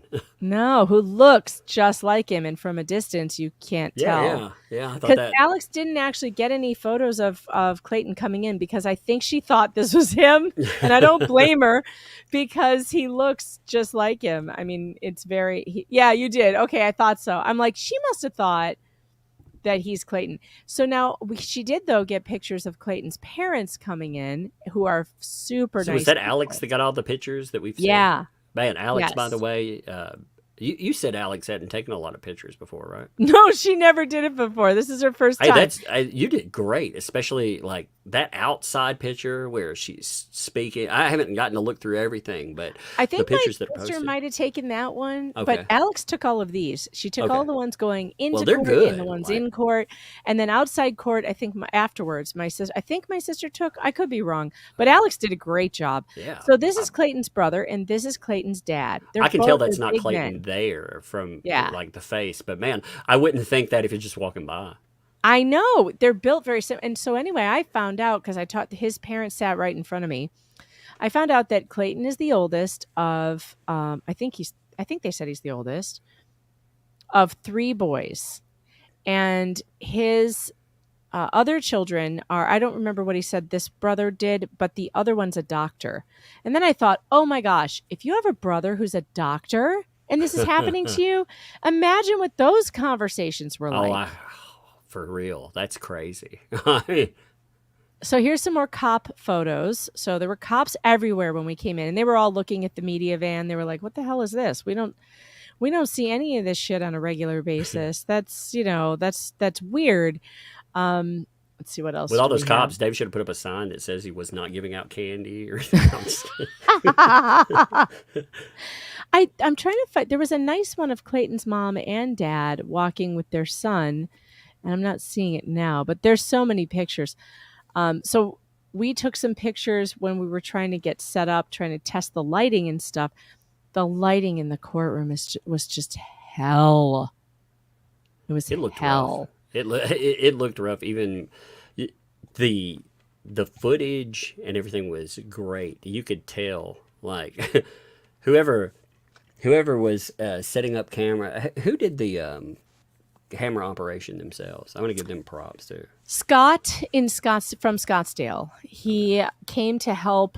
He had volunteered to help bring equipment that Lauren might not have. And then he in a crisis, because stuff was taking forever to get set up. And it was just, when you're doing something for the first time with equipment you're not used to, things go wrong. And so he agreed and volunteered to just stay and run the thing. And he did a great job. You could see him trying to troubleshoot while it was on, trying to handle like things that were coming up or memory card issues. And I thought that was really impressive too. People have no idea, like trying to fix technical issues on the especially fly. Look, Nicole Kidman came to the trial. She was there. Here she is right here. Nicole Kidman, everyone. She was very interested in this trial. I'm just kidding. But she does look exactly like her. Look how beautiful she is.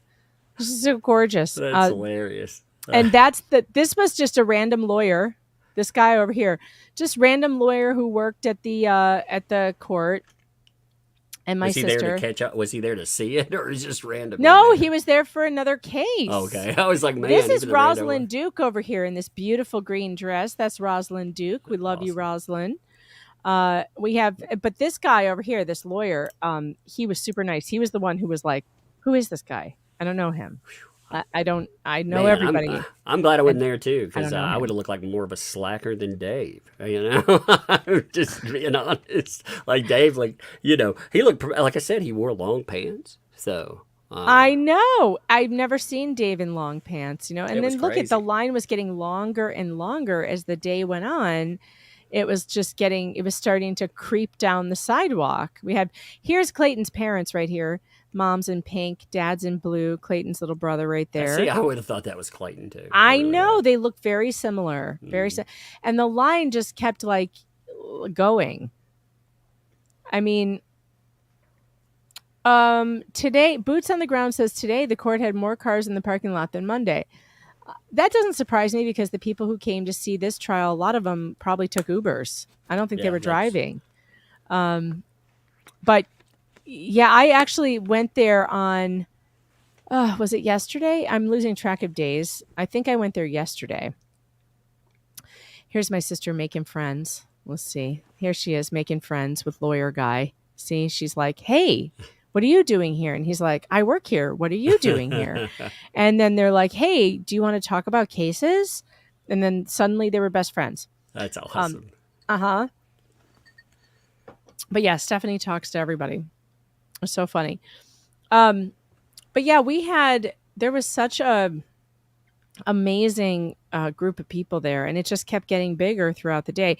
I went there yesterday, and there was, I would say, tons more cars than were there the day I was. Or I think that this car right here, so this picture, I think this Clayton's car or Laura's. I think this is Laura's car here in the back pulling in. So then we're going to have some pictures of Laura here. This is Gingras getting out of the car. And Jan, here's Jan. She's like, "Come on, Laura, get out of the car. Why are you waiting?" There she is. Come on, Laura, face us. Where are you? She's like, "Come on, Laura, it's time to go." And more of Laura's crew. There we go. There, let me open this in a new screen because we can get in. There's a one of Laura. Okay, share this instead. Here we go. Alex, you did such a good job. Look at what Alex did. Look at Gingras is looking directly at the camera. Look, they all are. Whoever this is over here, she's looking right at the camera. Gingras is crazy, like, "Oh shit, we can't get inside without walking past that camera." None of these people register. This is what she wanted. She wanted media. She wanted this. She called the media. She literally wanted this. You don't go to the Sun and not want this. Yeah, fucking tabloid. Look at how close I can go in here and it still looks good. Look at the size of her arm. Jeez, God, Laura, eat something. Looks like a windshield wiper. Like, Laura, we don't want there's you a to bulky be ill. windshield wiper, and then there's a wrist, and they're not very much different. Gingras does have a tiny head. Why is his head so small and her head is so big? We need to switch their heads. If we switch their heads, they would look normal, I think. He says, I, oh God, Boots, should we send her some cookies? No, don't send her anything. She'll claim Yes, harassment. No, yeah, don't send her anything, well wishes or anything. Nothing. Yeah. Yeah. Well, we all Send her a want whole you lot to of do silence. You know. well. Let's see. There's more. I know there's more of her like staring at the camera and being all frustrated and upset. But yeah, it's kind of like, well, what do you know, don't complain. This is what you wanted. You literally wanted the press to take notice of your case. And nobody would have paid attention to this case otherwise. I mean, you know, they may have after you heard about it and stuff, but she's the one that made everyone notice it. Oh, is that Gingras bending over? He's mooning us. He's mooning the camera, everyone. No. Oh, man, you can cross that off your bucket list, Megan. I know, you were like, man, I want to see some gangrenous booty. There you go. I didn't even see this one, Alex. Alex, this is a good one. Or is it me, or is there a dust spot right on his bum? You know, hey, twerking's hard. Twerk? That's what he is. He's like backing that thing up. Oh my God, I'd love to see somebody like animate that. Back it up. Yeah, I'd love to see somebody animate that and make that booty shake. Rump shaker, rump shaker.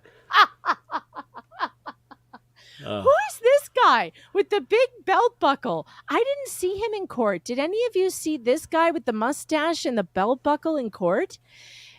Anybody? Oh, security. He's a security guy.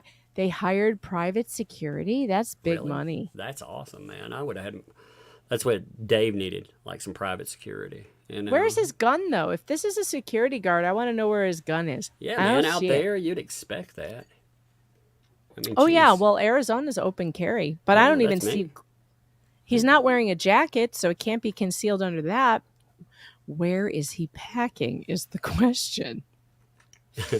Oh my God, this picture of Gingras is hilarious. Oh man, he's like, well, he didn't need a gun because look at that picture, man. Gingras is packing. Rump shaker. Rump shaker. That's right.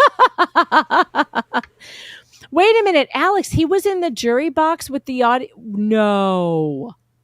The security guy was in the jury box? Unbelievable. What would have been really funny is if he would have been down and the shirt popped up a little bit and he really did have a tramp stamp. I would have died. I think I would have fallen out of my chair and died. All right, somebody needs to screen grab this and get a tramp stamp on there on the white part of the shirt. It is a little dusty though. Maybe he hasn't twerked in a while. Maybe he's trying to bring it back. I'm looking for more. My backside looks great in that photo, though. The one I'm hugging someone. It's a good photo. Oh, my God. You both should have been in the picture together. You could have, like, you know, your backside there. You could have, we can compare everybody's backsides. You'd be like, oh. Right. I should put my butt picture up next to his butt picture. Yeah, I guarantee you mine looks better. Yeah. See, there you go. It would have looked like, you'd been like, the court twerk off. This would have been the real one, you know? The twerk off. Yeah, you know, you've seen that internet rap battles. That would have been it. Megan could drop some lines. Gingras could come we got back. Lauren Knighty coming into court. There she is with all of the equipment. And I think this is it Tori? Tori? I'm sorry. Big Johnson. I know her as Big Johnson. Tori. Okay. That's what I thought. I like her pants. I like those red pants. I like the red pants. Yeah, no, she's styling. Yeah, she's styling. So we got Lauren coming into court. Lauren did a great job. I mean, for the equipment failure thing that they had going on in that courtroom, Lauren did amazing with the little she had. That was good. That was good footage. I have to say again, big props. Like that is. And Scott was a lifesaver because he was like running the camera. And here's a good picture. So here's a picture of Isabel Rainey, who we don't see very often. Let me pull this up. Yeah, Isabel Rainey. She's the cute little blonde over here on the left. Isn't she darling? Yeah. So it turns out that Isabel writes a lot of the motions that we have all been loving. Mm-hmm. She does they've been good. They're great. She does the first drafts, and her name is on them, but we always miss it because Greg's name goes first. So she's the one spitting a lot of that fire. Good job. Yeah. And Hell yeah. and she's a darling girl. She came over to me in the courtroom and she just introduced herself. And I had not spoken to her before, but I knew who she was. And she's just really sweet. Just a really sweet girl. And she's very talented. Very talented. She's a very talented writer. I'm sure that Greg's so happy to have her. She's a hard worker. Yes, Gingras threatened her. She's the one Gingras threatened. So She's the new lawyer that he threatened That's with nuts. a bar complaint. Can you imagine? I should You know, have it's- asked her about that, but I didn't. What's really want to crazy distract is, her. they play out size and stuff like that of Laura. Oh, these poor, mean, intimidating people like Clayton. Well, look at her, poor her, getting threatened and everything Look else. at Isabel. Look at that sweet face. What a mess. Look at What her. I mean, craziness. what does she do? What did she do to deserve all of that? I don't know. Besides but I'm bust her really- ass to get through law school and everything. Okay, here's a good picture. Alex, you have outdone yourself. Alex says, let's talk about when Woodnick told us all, no, stop. All right. Can we just look at the size of the arm here? I mean, you guys, this is terrifying. She really does look not like no joking or anything. She Please looks so eat. bad. Yes. Please eat, that, Laura. That looks very unhealthy. That's not good. And a bunch of people were making fun of his neck chin. And I'm like, stop it. I take that very personally. I have the same problem. You saw the van driving video. My profile is a mess. That's why I have to lose 20 more pounds. That's why I could only eat one bite of an Oreo tonight. Because I am not going to gain back all that weight that I lost. Oh, hell to the no. So I can feel for Gingras with the chin problem. This is a horrifying problem to have. I told my sister and my cousin while we were in Arizona, I'm going to save my money and I'm going to get all of this sucked out of my neck right here. All of this. I have the same thing. Like your face just becomes like melds into your neck. Ugh. I need to go see a plastic surgeon about that. He probably should too. But I mean, I know he hates it because I hate it. Oh, it's the worst. Oh my God. I wonder if they use these cameras. Do you see these cameras right here? Sorry, I was writing a note for myself. I was like, you know what? Rump Shaker needs to be a song. I was like, yeah, Rump I Shaker, give you Pick permission Taker, to back use- up that cake maker. Yeah. I boy. give you permission to use the good one of my backside as well. This camera right here, I wonder if they use those for the audio. I bet they do. They use them for the visual footage in the court. So this is going to be great because this one's facing directly at That'll him. be great. Yeah, yeah. I can't wait to when get will him. we get that? But do we have any ETA on? All right, it's either this camera or this one right here. It could be this one here. I know you're like, that's security footage, but why wouldn't they use that for the footage? When When will you we have see that the court available? footage, Like, it comes from over here. It looks this way towards the lawyers. So it's got to be a camera on that side somewhere. Do you see any other what's that? That's not a camera. Is that a camera? No. What are those? Are those cameras? Oh, they might be. I like the zoom. The zoom is really quite good. Yeah, those could be cameras. I'm actually not sure. Uh-oh.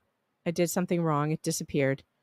All right, never mind. We're going to go find another picture because there are some good ones in here. I'm not going to show you all of them because I have to save some of them for my stream. Ah, Tug disappeared. It's my show. Welcome to the Megan Fox Show. Let's see. What else am I going to show you? That one's pretty much the same. Oh, here's Laura walking to the stand. Where did you go? I can't hear you. Are you muted? Do you have muting problems? Did you lose power? No. For a minute there, it just froze up like on the screen, and I popped in and popped out. Now I can see you again. I had nothing there. Could you not hear me at all? I didn't think anybody No, could I hear me. couldn't hear you. Yeah, I think I lost. I didn't lose connect. See, this is what I mean. It's weird with StreamYard sometimes because on my Look, side, all stuff worked, but that didn't. Anyway, go ahead. She was moving so fast that she became a blur like the Witch Project, the Blair Witch Project. Look at her. She's moving so fast. She's a ghost. She's a vapor. I love this picture, Alex. Everyone else is in focus except her. Man. She's just like, she's She moving became- fast forward. Yeah, she became twin visible, you know? She was so invisible, she was twin visible. Twin visible. Yep. She's wearing so much black, she disappeared. Thank you, chat. That was funny. Was that Bruce? Who said that? No, it was Laura B. It was funny. I stole your joke. I do that sometimes. I steal the jokes of the chat, and then I feel bad, and I have to say, okay, that was your joke, but it was still funny. I just always put in someone said, you know, because someone said. Yeah. Yeah, I do steal the chat's jokes sometimes because they're all funny. Right. I have to show you this picture because Alex got a good close-up picture of the back of Deandra's hair. And can I just tell you that for female lawyers, this might be the best back of the hair I've ever seen. I mean, it's like shiny, it's brushed. It's clean. It's clean. No splitting. Let's see. It's wavy. It's lovely. Look it. I mean, that's some beautiful hair. Both of their hair actually looks pretty I know damn Greg's good, to be hair honest, looks pretty man. good too. It Hey, does. Greg, you're doing some good stuff. I wonder if Yeah, he's man. using any particular hair products. But look, I'm telling you, dude. he's that got a looks nice good, head of man. hair for a guy his age. He's a little bit know. older than me, I think. Damn, I'm gonna take some hair care.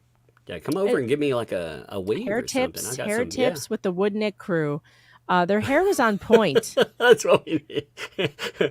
Hit them up for a live stream. They're like, we don't want to talk about the case. We're like, no, we want to talk about hair your care. hair. Yeah. Deandra is so beautiful, by the way. She is just like, she's just lovely. She's I wanna just know, a too, lovely do- person. Do lawyers have to take like twerking 101 or something? I mean, how does that work? Twerking 101. I don't think so. My sister's never taken twerking. I know that for a fact. And if anybody tried to make her, she would say no. I can't find the one that I just opened. Where did it go? Oh, this is a great picture. Oh, hold on. Let me open it up. Oh, look at how good this is. Look how good. Oh, Look yeah, at Deandra's face. She's like, this bitch. That's a great picture, though. It brings in them well in frame. It brings up the I know. picture. Look at the belly photo. Yeah. Look I'm at telling you, this. I knew it when she came dressed like she was. I knew this would be part of the court spectacle. You knew it had to be. Twerking torts. Catherine Imhoff just said twerking torts. That should be a lawyer bar. Somebody needs to open up a bar across from a courthouse called Twerking Torts. Actually, you could make that a YouTube channel. Twerking Torts. Twerking my Torts, God. you know? Twerking Torts. Yeah, That's you could invite people funniest thing. like Camelot. He'd get on there and twerk for you, you know? Oh my God, that's so funny. Yeah. All right, so I just want to explain why Alex couldn't get a good shot of Laura on the stand. They would not let her stand up. Oh, yeah. That makes sense. And the place they put her, this stupid computer screen was in front of the witness. So she was limited in what she could do, but I think she did the awesome job with what she had. The pictures are great there, to be Aren't honest. they good? Yeah, Well, it was because my I've sister's seen camera. plenty of court photographers that have done a paltry job. Like, this is good. I know she did a great job. Alex, you could have a career in this, I think. This is a good one, too. Look at this one that she got. Oh, look at the look on Laura's face. Does she look terrified to you? I ask you, ladies and gentlemen of the jury, does this woman look terrified to you? She looks so smug, man. Smug. This is when she was about to do the twirl, I think. Yeah, that's it. Is she Yeah, 'cause she's wearing an standing. Illuminati necklace? Oh, What the no. hell am I looking at? Stare into my third eye. You're like, oh, no, God help us. It does look very witchy. And it was 110 degrees outside. She's wearing all black, long sleeves, and black tights.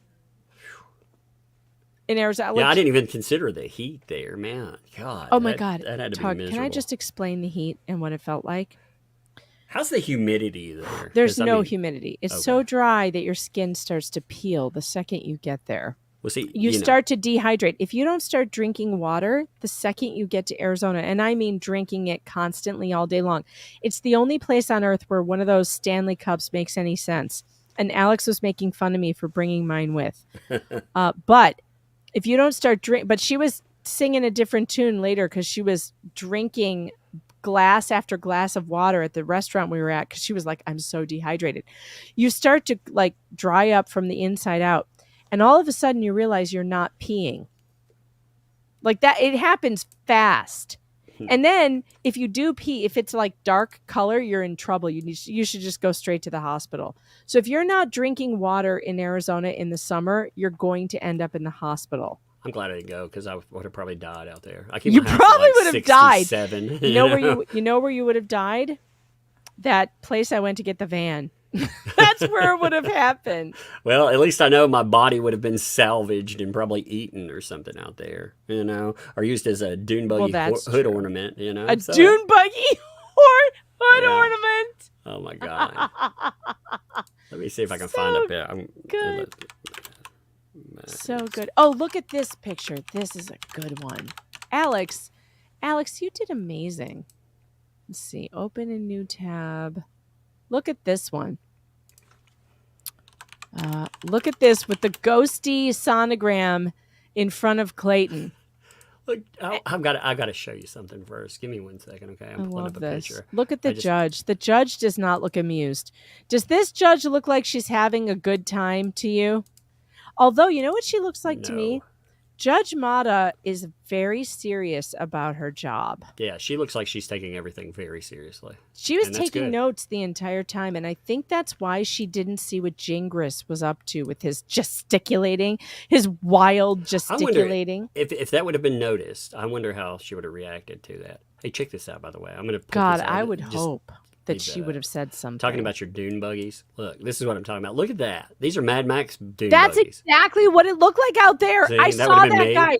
I saw that guy. The guy on the left with the face mask. He was in the first car. Yeah, see that? That's what I'm saying, I told man. you. Like, don't they look like the? That looks like. I texted Dave and I was like, "How dare you send me out here?" He's like, "I don't even know where you are." I'm like, "I know. I'm out in the middle of nowhere. It's Mad Max territory. There are dune buggies and weirdos in masks, and they're wearing like metal, armor. I don't know what's going on out here. There's no roads." But that really looks like that dune buggy that was down there. That's funny. Let me put yours back on. Yeah, Jan was wearing a black turtleneck. That's a great picture, by the way. People? Isn't it good? Yeah. I know. There are so many good ones. There's hundreds of them.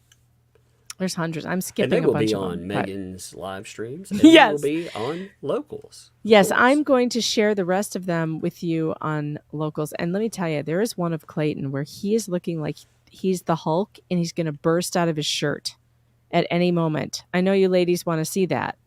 But let me show you one photograph, and this one is so good, just to give you an idea of how big Clayton really is. This is not the Hulk picture, but it's close. Let me put this in a different tab. There we go.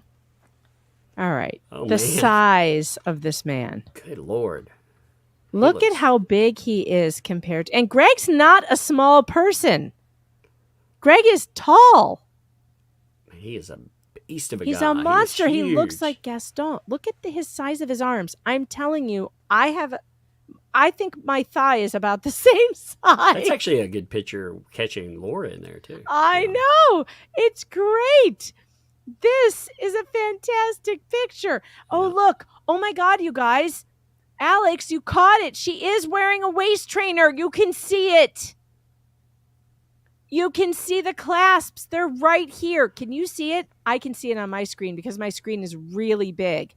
You guys might not be able to see it, but I'm seeing the hook and eyes. Let me move us so we... There's hook and eyes going down this. And if you can't see this, I can see it on my screen. All right. So I am an expert, by the way, in... oh, wow. That's really close. I am an expert in... Here we go. In Spanx, because I have belly problems. And so I have always had these things, and I hate wearing Spanx and everything. But when you've had babies, they tell you to wear these waist trainers. And the waist trainers, they have hook and eyes that go like a corset that go up, and you hook them one at a time. Like that. Yeah. Yeah. Do you see this? that. 1, 2, 3, 4, 5, this 6. I had wondered, but for myself, when I saw that picture, I thought she's wearing something that's pushing her in tighter. But it just Alex, that's what you did it. mentally you did it. I thought. But yeah, having a I know photograph like exactly that, wow. what this looks like because I have worn them. And if you wear something too tight over your waist trainer, you will see the hook and eyes. And you can see them, the hooks and eyes right here. And I can count them. 1, 2, 3, 4, 5, 6, 7. And it goes from here. This is where it starts. Here to here. It might be a shorts. It might be connected to like a Spanx shorts, but probably not. I'm going to say that I think this is a corset waist trainer, and I had one of these. It just is a band that goes around your waist, and it hooks in. So, interestingly, he used her to say, look at how skinny she is, but she's literally wearing a waist trainer. Something that That the other sucks thing her that in says even more. her hand size too compared to her arms. You're talking about head. Her hands, like where you have unhealthy sizing. The hands don't look. Oh, they're just so. Yeah, you're right. Well, that's because her head, like her body, should be much bigger than it is. Remember, everybody was talking about. They thought pictures were AI'd, and it was because of just the proportions, and it's more. It looks more that's possibly unhealthy. This is so bizarre. Now, why would you wear a waist trainer like this? Oh, I can't believe this so clear in this picture. Why? She know is exactly very why, because they planned on doing that demonstration. But she's very thin.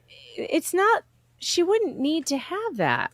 You have to wonder, like when people get to a very unhealthy size, you have to wonder, again, is that a mental self-image thing? Or, I mean, again, that's all speculation. Or obviously. maybe, like her medical records say, she has a belly distension problem. She has gone to the doctor before because she had a distended abdomen that was not related to pregnancy. And then she had a CAT scan, and it showed that technically she was full of shit, which causes belly distension and probably a gluten problem. So she needed laxatives or whatever to get rid of the belly bloating. So I wonder if that's still a thing and she's wearing the waist trainer because otherwise she might have a pooch. Wait. So you mean to tell me, like in this case, that there are probably more pictures behind the scenes of literal shit inside of her than there are of so-called twins? That's amazing. Yes. Unfortunately, we saw the medical records that prove Laura Owens is full of shit backed up in her colon, which lots of people have that problem. Yeah. It's nothing to be ashamed of. But that is the medical records that she released in her medical expert file. Gross. Well, also at one point in the trial, Greg Woodnick said he asked the expert, would clozapine cause HCG increased levels? And Dr. Medschel said yes. Now, if she was on clozapine, and I can't imagine that he would have brought that up unless she had been on it and it was in her medical file somewhere. If she was on clozapine, that also can cause, guess what? Constipation. And all this other stuff. High HCG levels, tender breasts, weight gain. But it can cause blockages even.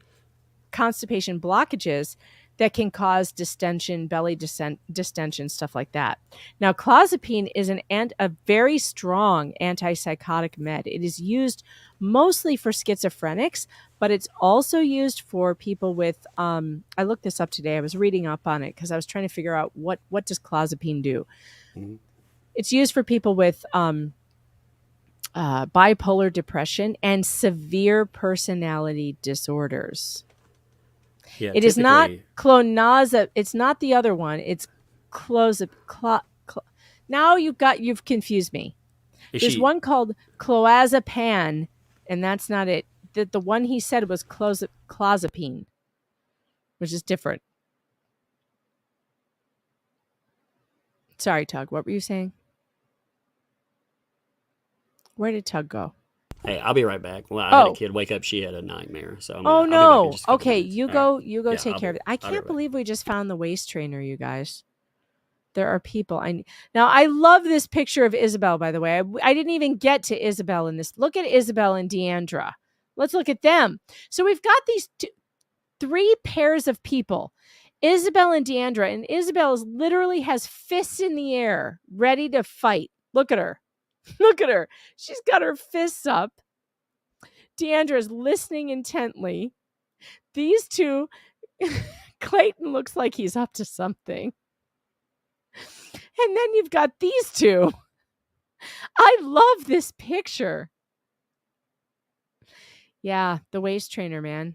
I think it might be the thing she wears on her horse. Alex, didn't you say that there's really tight garb that you guys wear on top when you're doing the horse riding?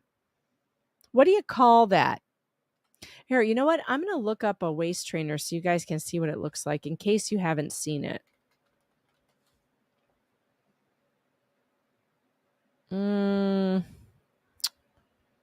This is sort of, yeah, this.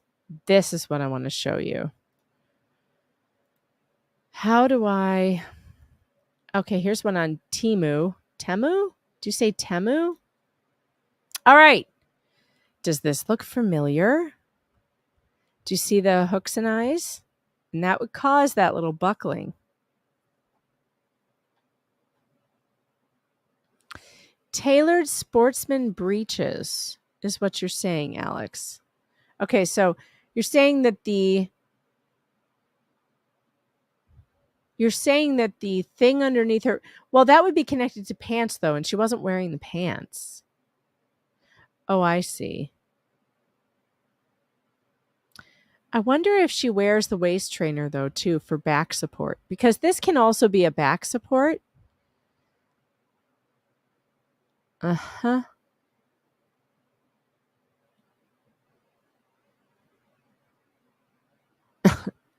No, this is not bondage gear. It's a waist trainer. This is what you wear after you have a baby. To get your, here, this is it. With the, yeah. When you have a baby and you have all this loose skin and stuff and you want it to go back, you wear one of these for weeks. And believe me, nothing feels as good as taking it off. Oh. Helps to sit up straight. Yes, it's like a back support. Mm-hmm. Yup. I mean, they work really well, but they're not comfortable. I mean, think about corsets, women in corsets. It's like a corset, except it's a little stretchier and, you can breathe a little easier and it's not so tight, but you can make it tighter because they have different rows of hooks and you can tighten it. But you're supposed to, after birth, wear something. It's more like this, I guess. It's a little softer, like this, like Velcro ties. But the one that I think she's wearing has hooks and eyes. But some people wear waist trainers like this. Wait, there we go, with Velcro. But the one that I think she's wearing is the one with the hooks. Oh yeah, the Belly Bandit. I think that's the one I had. All right, I'm back. All right, we're looking up waist trainers now. In case, because yeah, maternity support, postpartum bellies. This is what you wear. Oh no, it's not going to let me in. It says it's dangerous. No, it isn't. Okay. It's dangerous So- and misused. Come on. These are the ones that are for postpartum, and they're softer than the ones I showed you that have they have corset stays in them. These are a little softer and they have like Velcro and they're more of like stretchy material. But yeah, it's supposed to help a lot after, to shrink up that skin. Right. And you wear them for weeks with, and it feels pretty good because when you first have a baby, everything feels like really wildly out of control. So it kind of feels good for a while, but then after a few hours, you're like, oh, I got to get this off because they're very tight. My They're very daughter's tight. gonna come down here and lay down. I was gonna show her a picture of that and be like, "Do I need one of these?" When she gets down, I'm gonna ask her about it. I'm gonna be like, "Hey, You should. I She'd am." be like, "Does Dad need one of these?" Yeah, I'm gonna ask her about that. She'll be down here in a minute. She's gonna, All right. she's gonna lay down here, so she'll be down. It'll take her a few minutes to get here though. But we'll just All right, here. keep that on the tab or something. if you Okay, I'll want. keep it on the tab. Yeah. This is a funny face. Who is she looking at? Can we tell where her That eyes looks like she's looking are? straight at it. I'd be curious where. Is she looking at Deandra? Who is she looking at? Oh, you know what? I think she was about to get up. I think she was Oh, is that about when she was to. getting up to testify? I think she was about to testify. Or she was sitting back down. She may have just But been she's sitting still back down. locked on that side over that way, though. Mm-hmm. I mean, she's not staring into the nothing for sure. She also looked at Alex directly into the camera several times. Oh, yeah, she was just about to get up because the next picture is this one where she's out of her seat. So that makes sense. She was getting up. But yeah, there's tons, you guys. Look at Good how many Lord. pictures. Look at how That's many good, pictures though, there man. are. They will be on. What is that place again, Megan? I forget. meganfox.locals.com. I have actually posted them there for free. They're not behind a paywall. But you do have to follow me if you want to see them. meganfox.locals.com, and you can download the app. I put up at least 30 of these different pictures that you haven't seen. Okay, wait, let's go back to that one. I want to look at the tights. That was a good shot of the tights. Where did it go? Oh, man. There it Man, is. that's a All huge right. super chat, too. There have been a couple. Look at that. $100. You got $100? Boom. Look at that one. Man. Holy KM. crap. Thank you.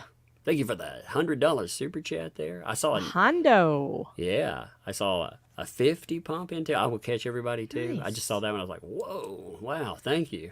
You know, appreciate. Do you want to that, read for some sure. super chats? I can, yeah. Yeah, you should, because you're getting backed up. You'll never get to Oh them. no, I'm getting backed up like Laura's colon. A legend. Oh, no. My chats is backed up as Oh, this is a good one too, by the way. I had one like this with the straps. These are actually nice because they don't dig in as much under here. Oh yeah, it would show off my boobs too. Yeah, Like you could Tug's you could tits. show off Tug's tits in this. Oh my god, that's amazing. I need one of those. Never knew I needed it until I needed it, man. Now Look at the tights, you guys. Tights in the middle of Arizona June. I see. I would die. See here, it's like we don't have the temperatures like in Arizona, but we have a humidity that's insane here. You know, so it's like you're always walking around it. The air is heavy. It's just it's awful. But that dry heat is awful too. You know, I've been out in It's that. actually quite nice. It's much nicer than humidity. I mean, You can get out of it. You know, you can get that's the out of it, thing. but also they have something called outdoor air conditioning, which you cannot have in these high humidity places. And outdoor air conditioning is misters all over the place. So when you go to the gas station in Arizona, there's misters all around the pumps. So when you get out of the car, you're being misted by water. And as soon as it hits your skin, it cools it, but then it dries. You don't get wet. It's an incredible technology, but it only works in the desert. And they have them at restaurants too. So you can sit out in 110 degrees on a patio under the misters and feel wonderful. It's incredible. I've never tried that out.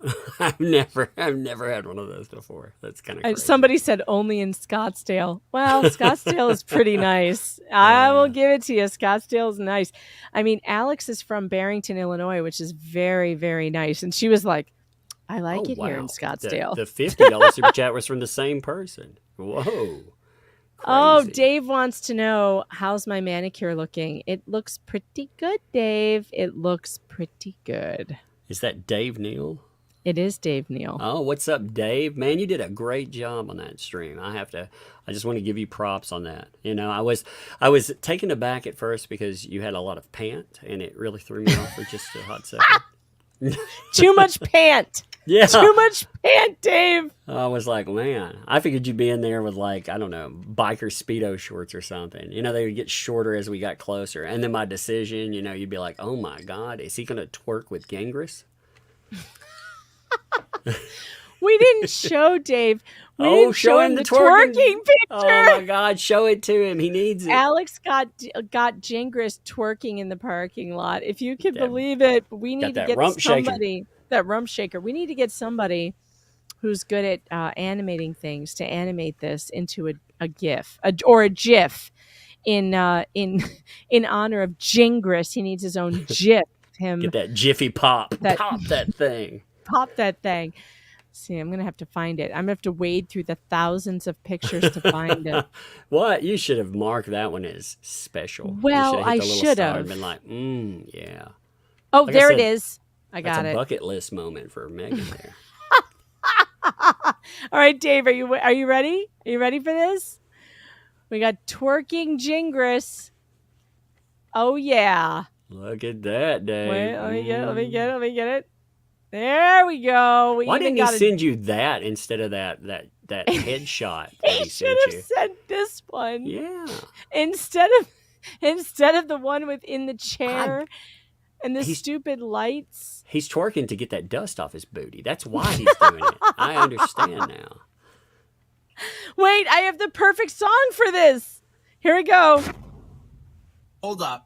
I said certified freak 7 days a week. Yeah. Make that pull-out game week. Ooh, yeah. Up on Shake it. top, I want to ride. Do a kegel while it's inside. Spit in my mouth, look in my eye. This P-word is wet. Don't take a dive. Apparently Nothing's they're better than deciding Ben to roll out. Shapiro rapping. Oh This my is God. niggas in Paris.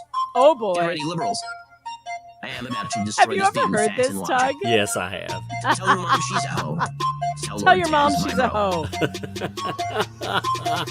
Here we go. Also, hard motherfuckers want to find me. But first, So niggas good. out find me. Niggas on the left talk shit. Liberals. They don't like me. What's 50 grand to a motherfucker like me? Can you please remind me? That's funny. Isn't it funny? I really That's wanna fuck AI this shit. Shapiro. Yeah, yeah, of course. Yeah. I love it. When I heard that years ago, I was like, this dude could actually have a career doing this. That He is should. so And then funny. he did. Then he like made a rap song. It's like, I knew he would be good at this. I knew it. I knew it. Man, see now you've given Dave a present that he will always remember. What did Dave say? He said, that's him asking for another kick in the ass with the fraud we've uncovered. Hey, pull up that. Hey, pull up that belly thing. I'm gonna ask. She's coming down. Oh, here, the so- belly. Okay, is she in Yeah. the room? Yeah, Okay, she can't let's hear see. anything. She can't hear us or anything. Like All right, that. all She's right, gonna all wait right. a Here it minute. comes. Hey, Wait, I don't want to get. Oh, this set one. your This is stuff the down. one. I want to show you something. I want to get your opinion on something. Wait, there's a male one. I should pull up the one for men. Yeah, pull up the mail one. Waist slimmer for men. There it is. Here we go. Ooh, yeah, see. Hey, kiddo. So I was telling them about the black being slimming thing, right? Yeah. Hey, come here. So check this out. Look, I'll get one of those. What do you think? You think I'd look good with that? No, you'd look ugly. I don't did know. she It would say? show off my. She said, "No, you'd look ugly." Ugly. Like you already are. Oh, burn. Oh, you burn in there. All right. Get you some. Hey, Like, go take Oh, a shower. You are not a nice person. she went into burn mode right there. Burn I was like, mode. Oh, Uh-oh, she's she was funny. unleashing. Yeah, she's funny. She's a Oh, good one Dave, there. you know what else we found, You Dave? should have seen. I wish you could have seen her facial expression. She looked at it. She looked at me, and she was like, like had that laugh. You know, like cover her mouth for a second, laugh. And That's she was what we like, did in the courtroom no. when Judge Mata was like, Yeah. keep your opinions to a minimum. You know, Oh, no my big deal. God. Just to a minimum, nothing major. Yeah, Bruce said. Just some minor interruptions only in the courtroom, please. Bruce Just- said, like, sue those kids for defamation. Exactly. There you go. You're served.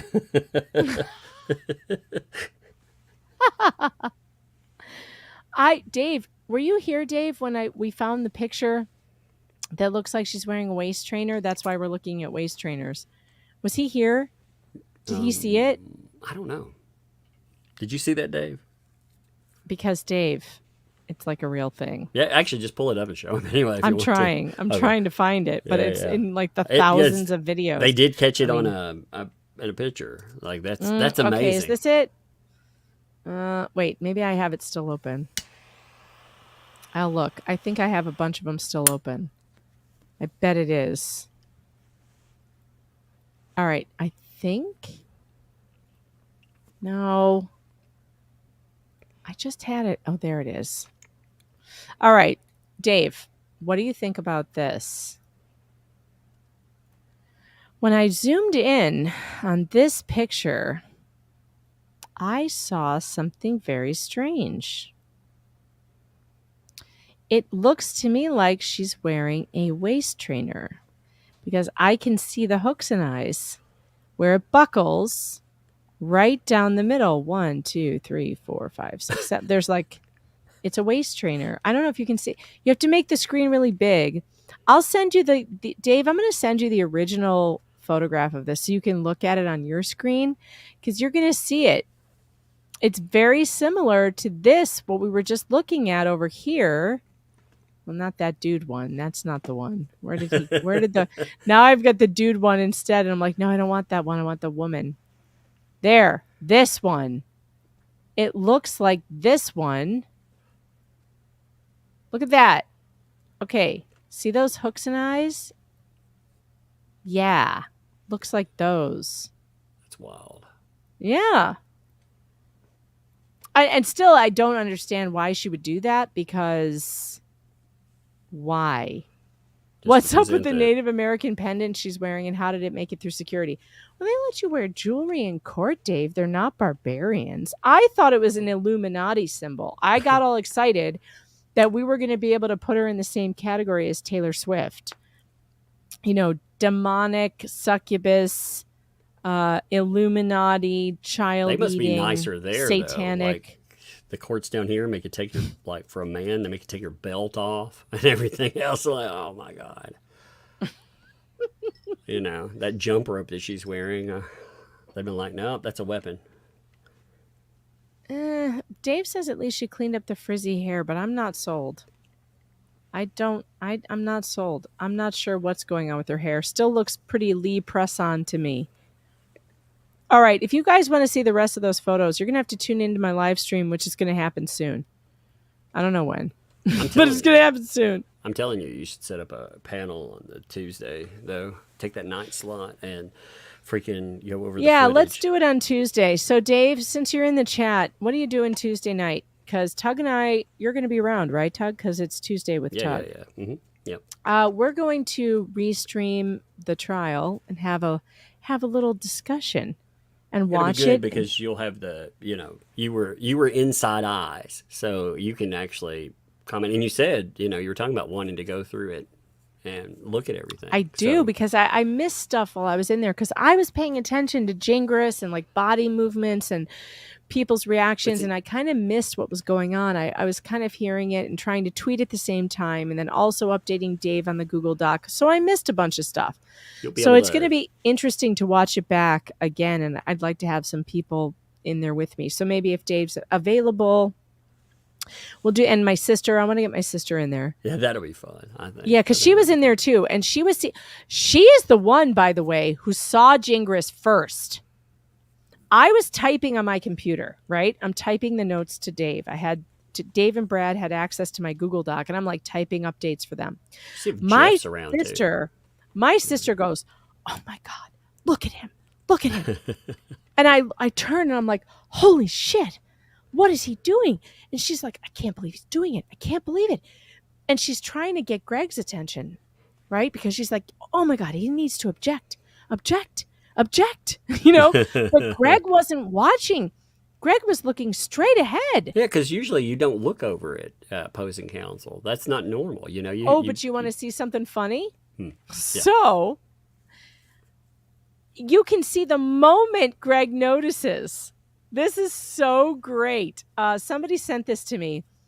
There is footage of the moment that Greg and Deandra at the same time see his nonsense, and then they're onto him. And after that, they don't let him do it again. All right, here you go. Go ahead. Somebody turned ready? it into a right. GIF. Wait, Okay. why won't this make big? Make big. Go big. It won't go big. All right, fine. Well, yeah, that'll work. There you go. All right, it's blurry, but Yeah, it's hilarious. Watch their heads in unison. Oh, it's so good. You can see it going just at the same time. They're like, "What the fuck, man?" Hey, I gotta balance for 1 second again. Okay. The other one woke up because one woke up, so we had to. Oh my God, I love this so much. I love this so much. And then I found a clear. Oh, look at this T-ball timeout. This guy. Yeah, as soon as Greg and Deandra saw that, it didn't happen again. It did not happen again after that. Well, where did I just go? The heck? That's not what I want to do. Where was I? Oh, what's communities? I don't even know what that is. Who the hell knows what that is? Oh my God, did you guys see this today? This cracked me up so bad. So Chris put out National Kitchen Klutzes of America Day. This is my day. Today's my day. Today's my day. I can burn water, I'll have you know. And I also spit facts, but burning water is my specialty. So if today is Kitchen Klutzes Day, everyone needs to celebrate me. Oh, by the way, I was on with Reality Steve today's podcast, I think. You want to hear some of it? You cannot threaten journalists with harassment orders because they won't stop talking about you when you're a public person, and she is. She's what you call a limited purpose public person. And that means that defamation is much, much harder to prove against her because she's a public person. You know, people have a right in the media in America to have negative opinions about public people. Yeah. And you're allowed to say them. And Dave is not harassing anyone. And he's been so kind to her, really. He's kinder to her than I am. I've insulted her way more than he has. And yet she has this vendetta against Dave Neal. I was not going to stand for it. I was not going to sit back and watch it happen because Dave doesn't deserve it. He's a member of the media. We have a First Amendment that protects his right to speak, my right to speak, your right to speak about any public case we want to. And she needed to learn that lesson. You cannot threaten journalists with harassment orders because they won't stop talking about you when you're a public person. And she is. She's what you call a limited purpose public person. It was so good. I let it start over again because I was like, this chick is really smart and I like her. Dave doesn't deserve it. Dave's a good dude and he doesn't deserve this shit. And it enraged me when she went after him. I mean, I was angry with what she did to Clayton, but would that alone have gotten me into this story as deep as I've been in it? I don't think so. I might have written an article or two. All right. But I don't think I would have gotten into it as deeply as I did without what she did to Dave, because that enraged me. I got enraged, and you don't want to see me enraged. I'm not. It's not pretty. It motivated me too. The thing that motivated me out of that wasn't just her going after him. I was actually kind of pissed off that there weren't other people. There are a lot of people that in that area or that sector that cover this kind of stuff, and the amount of people that weren't speaking up, it really bothered me. And again, yeah, I don't know. Not to mention that there's an entire group of media around The Bachelor that wasn't talking about it at all. Yep. That's so inexcusable. Do you like my desert look here, by the way? This is my desert look. I do. Picture. I like that, actually. I'm an explorer in Arizona. I could do without the neck wrinkles, but, we're going to work on that with a plastic surgeon at some point. Dang. Getting old sucks. Don't do it. But it did make me mad. It enraged me that this woman went after members of the media. She went after Liz Neptune. She went after Dave Neal. She went after Steve Carbone. She went after, she tried to go after Law Talk with Mike, which was so funny. I mean, funny. I mean, nobody goes after it. Law Talk with Mike will just laugh you out of the room which is exactly what everybody in this story needed.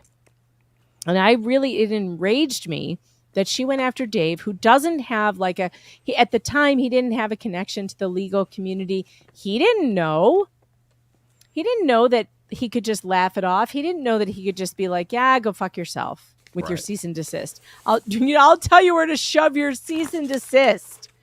He didn't know. He thought, oh my God, I'm going to be sued. And then she takes out that bogus order of harassment. So that enraged me. That was the thing that got me into it. I wanted to stop what was happening to Dave, because that's bullshit, man. It's like when they went after you, Tug. That enraged me too during the Johnny Depp trial. That I got enraged. Well, people I wrote articles about that too, because I was like, fuck them. You don't go after the media because you don't like what he has to say. You don't go after a YouTuber. How come you don't go after NBC? Why don't you go after CBS? No, you're going to go after a YouTuber.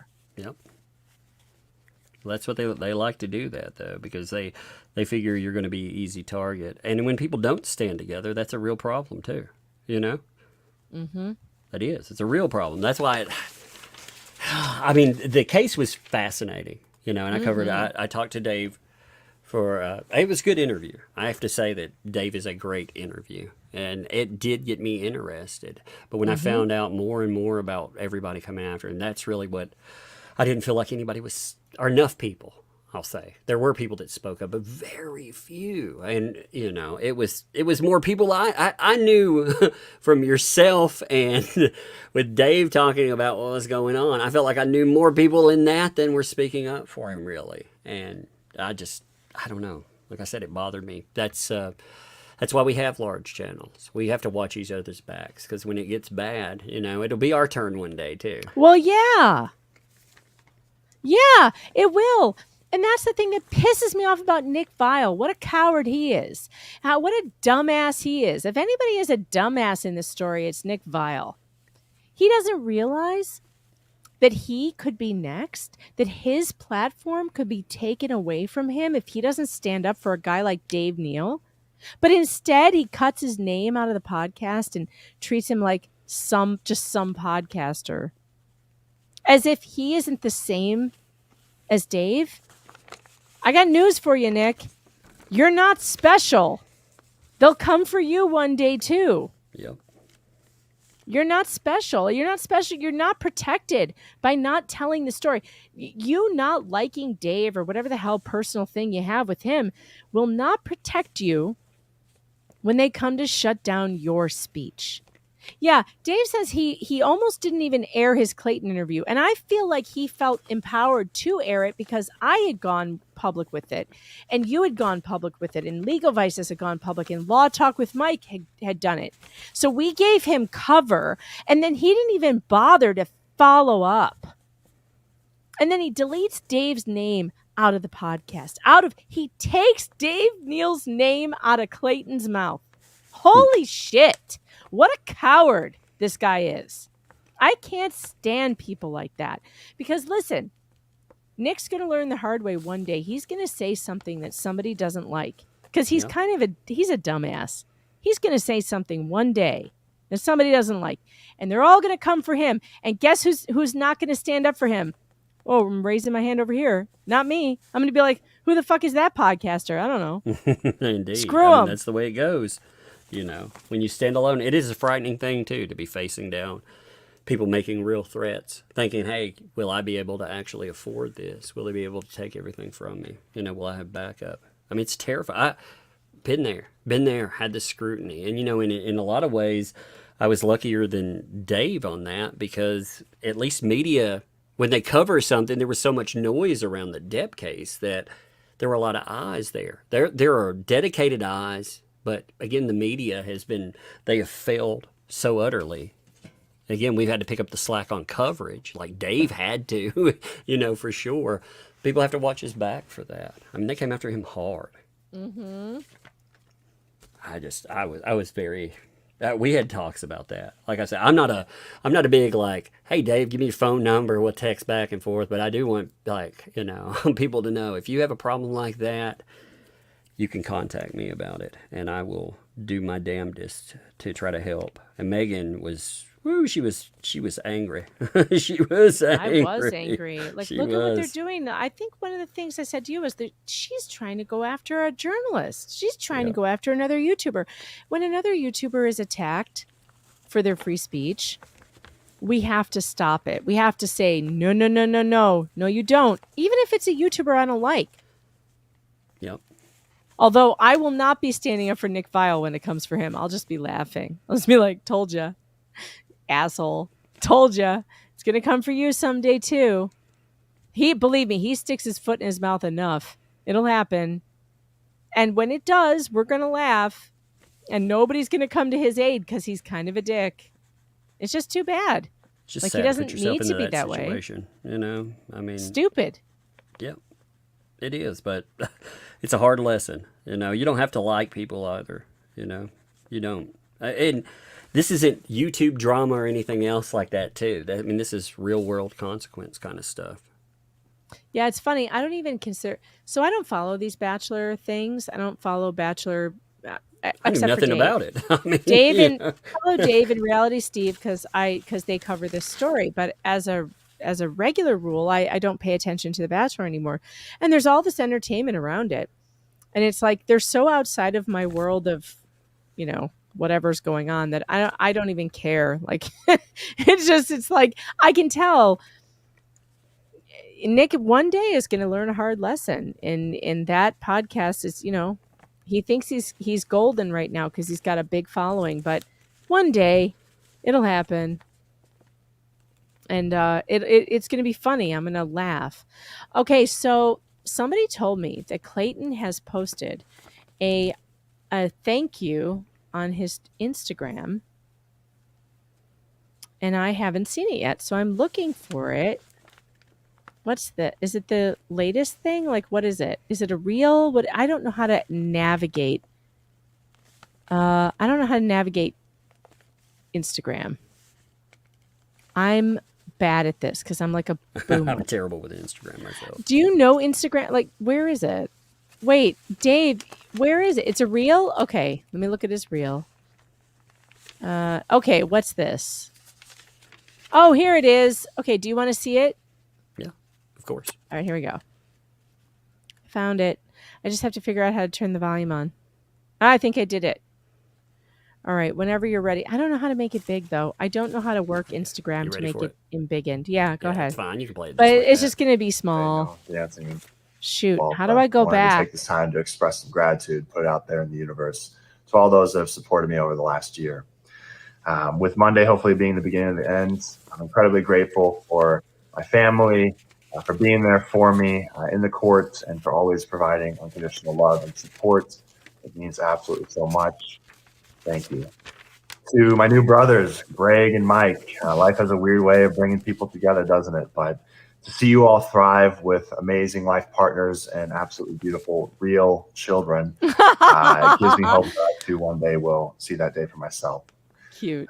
To Greg, Isabel, D'Angelo, and the rest of the Woodnick Law team, thank you all for being compassionate advocates towards seeking justice and for helping me in the courtroom, because we all know without you, I would be in a world of hurt self-representing still. To the entire Justice for Clayton community, thank you for every single day shining a light on this matter and making sure that any type of lie is brought to light. You all have been fierce, and I would not want to be rising up trying to fight against you all. So thank you for being on my side.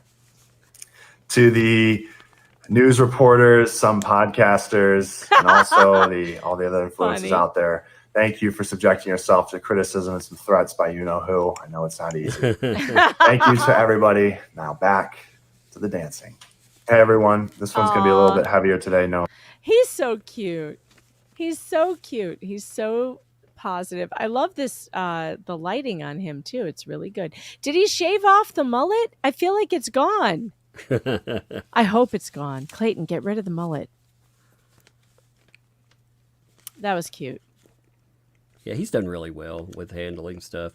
I couldn't believe, looking at the protective order and what they went after him with, I cannot believe that was actually utilized against him the way it was. You know, him having his Maury Povich light moment. I'm not the father. You know, I just he's been through a lot, man.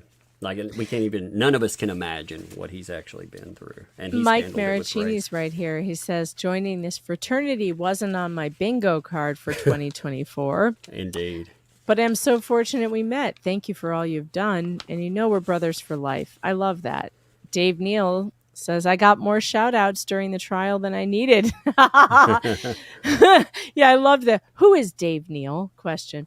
Send me fraudulent medical documents, and turns out the court takes notice. Yep. Greg Gillespie is the third one on here. It takes a village. Way to hang in and fight. Monday was a good day. It was. And Greg Gillespie said, public service announcement. Pretty soon, you know who will be named publicly. When that day comes, let's keep an eye out so that no one else joins this fraternity.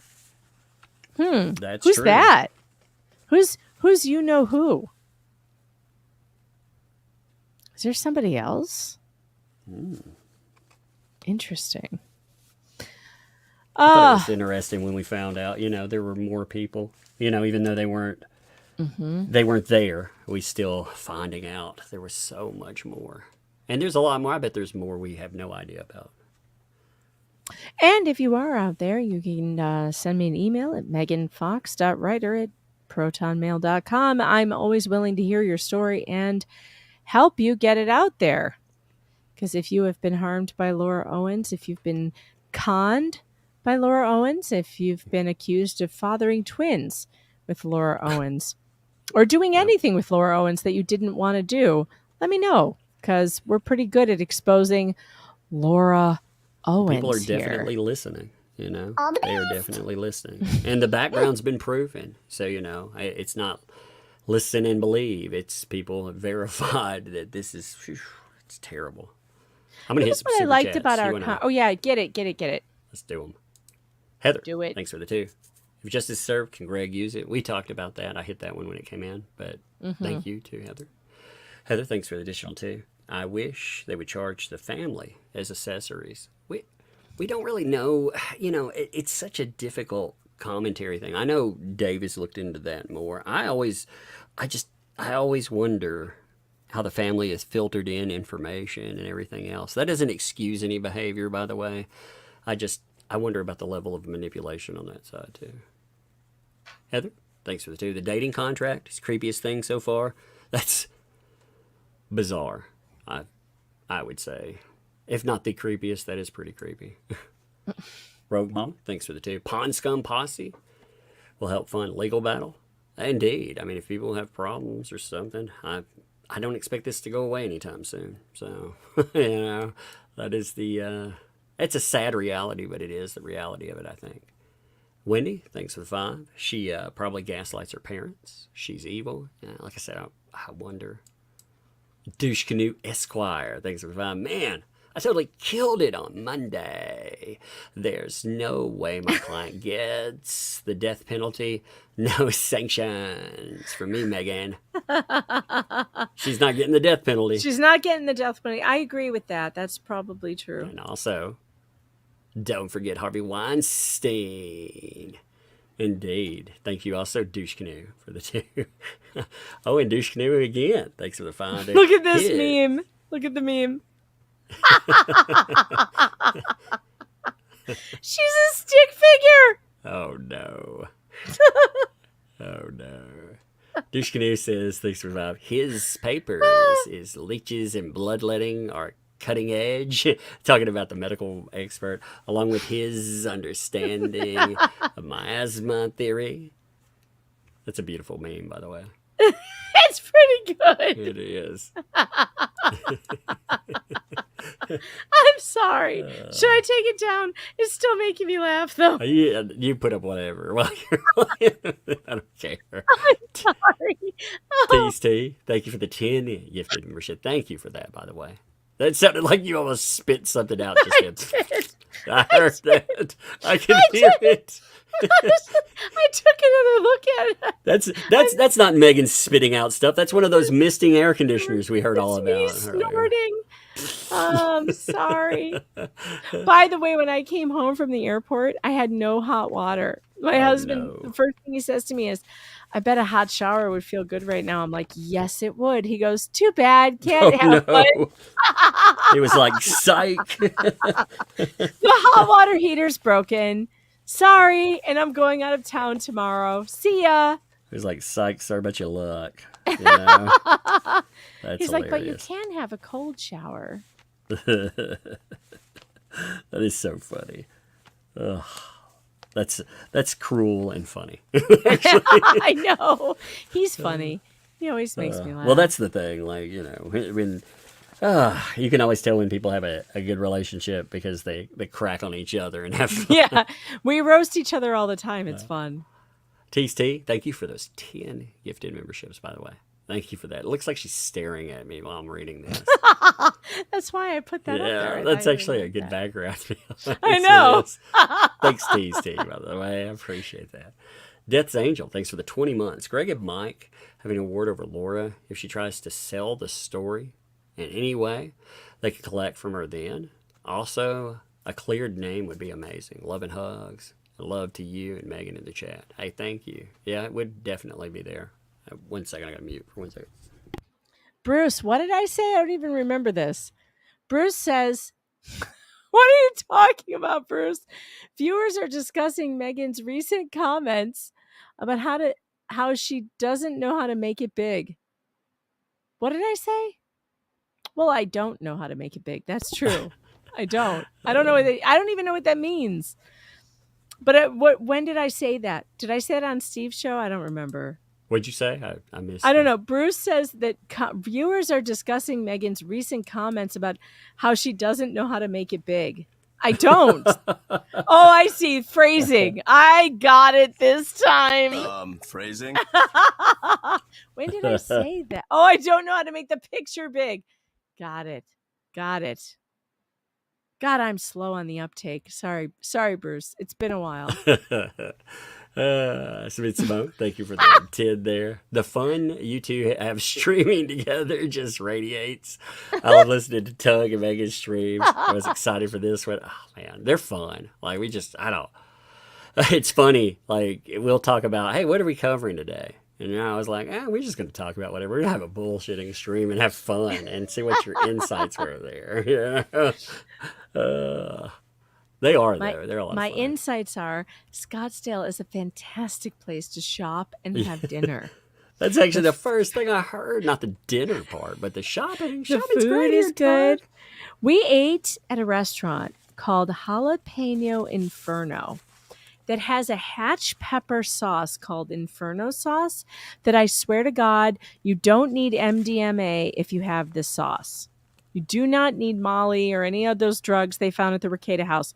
Just eat the sauce, have a tablespoon of this, and you'll be partying like it's 1994 and you're at ASU for your first year with David Gingras. Trust me. I know what I'm talking about.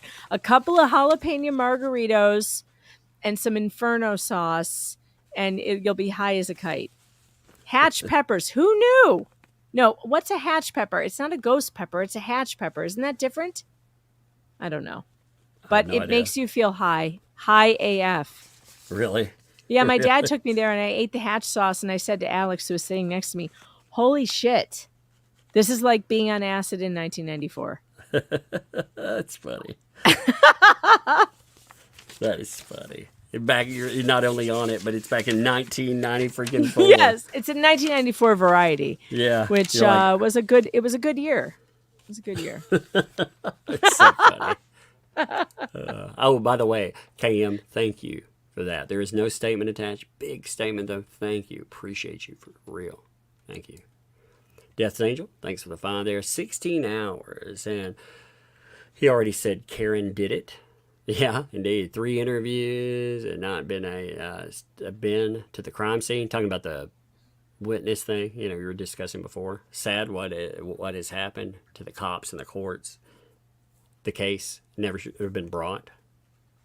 Talking about the other case you were discussing, the Reed case, I guess.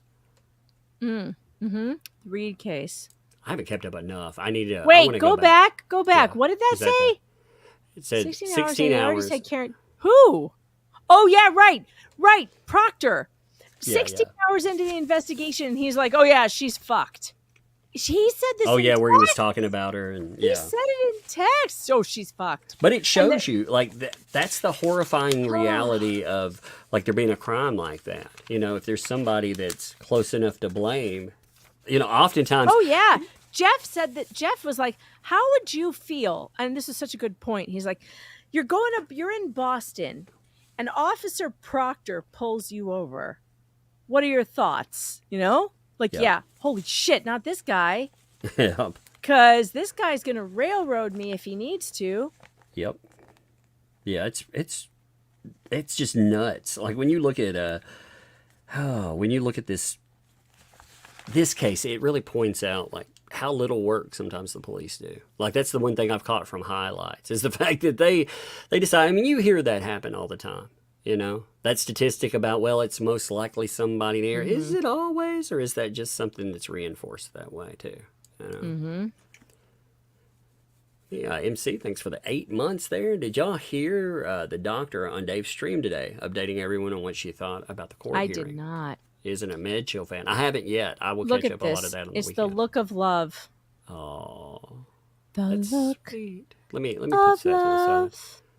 Let me move that. Is in look, you get another glimpse of that bow tie her too. eyes.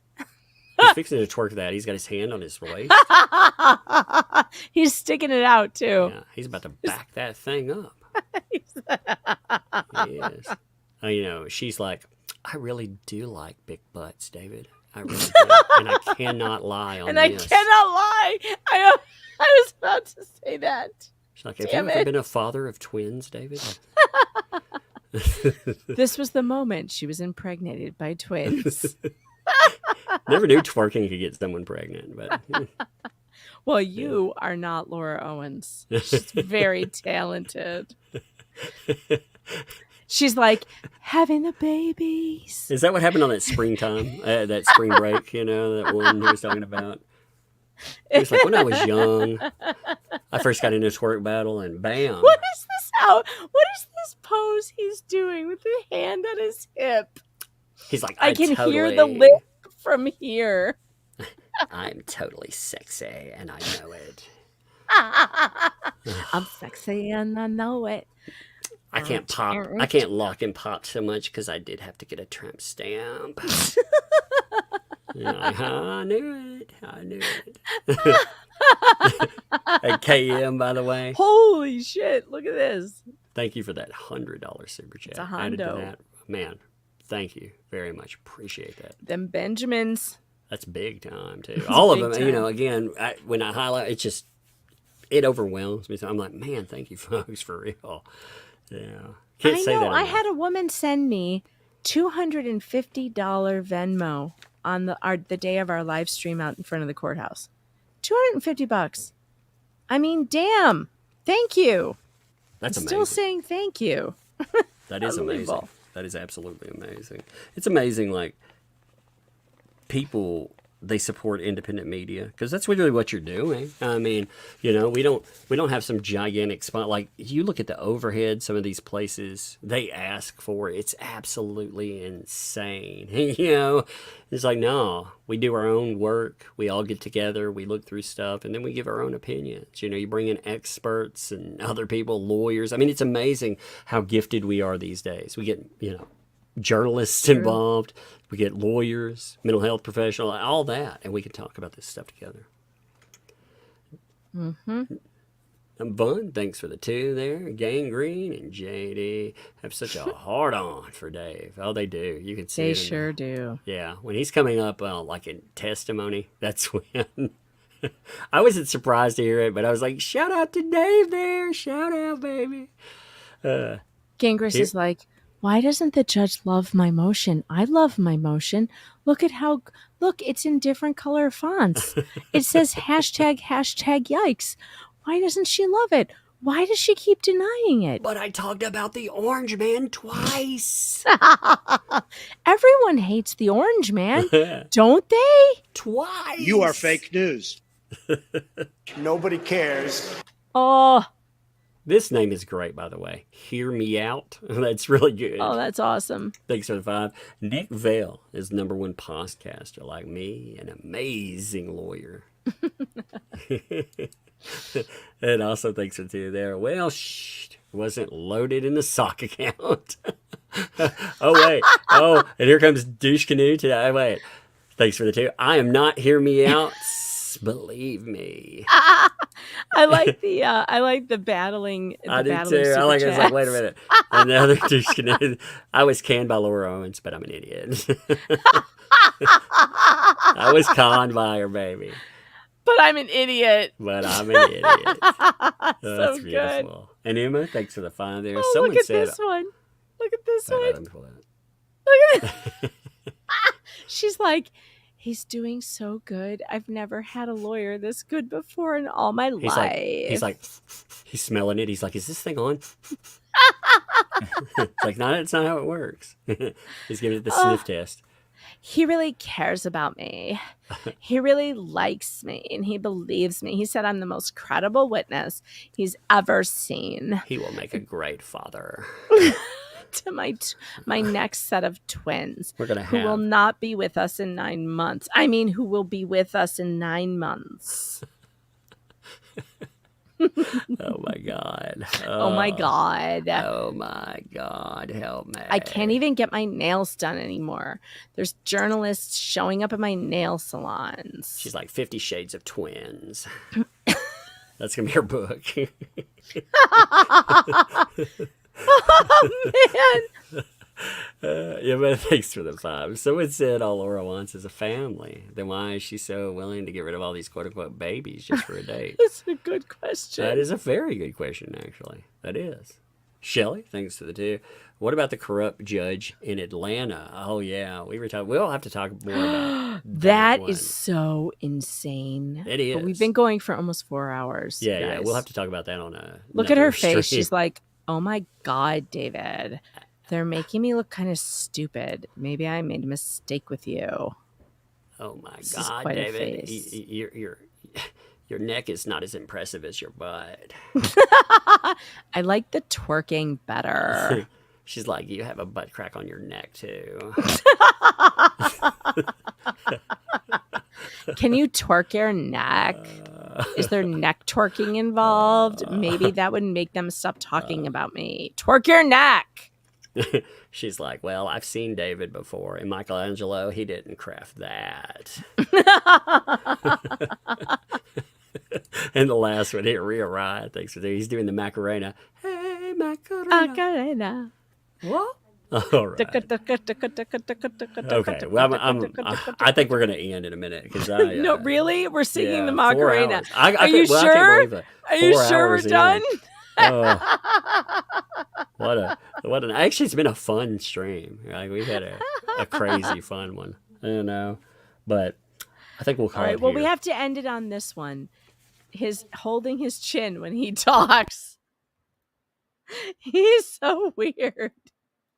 Every time he talks, he puts his fingers on his chin. Bizarre.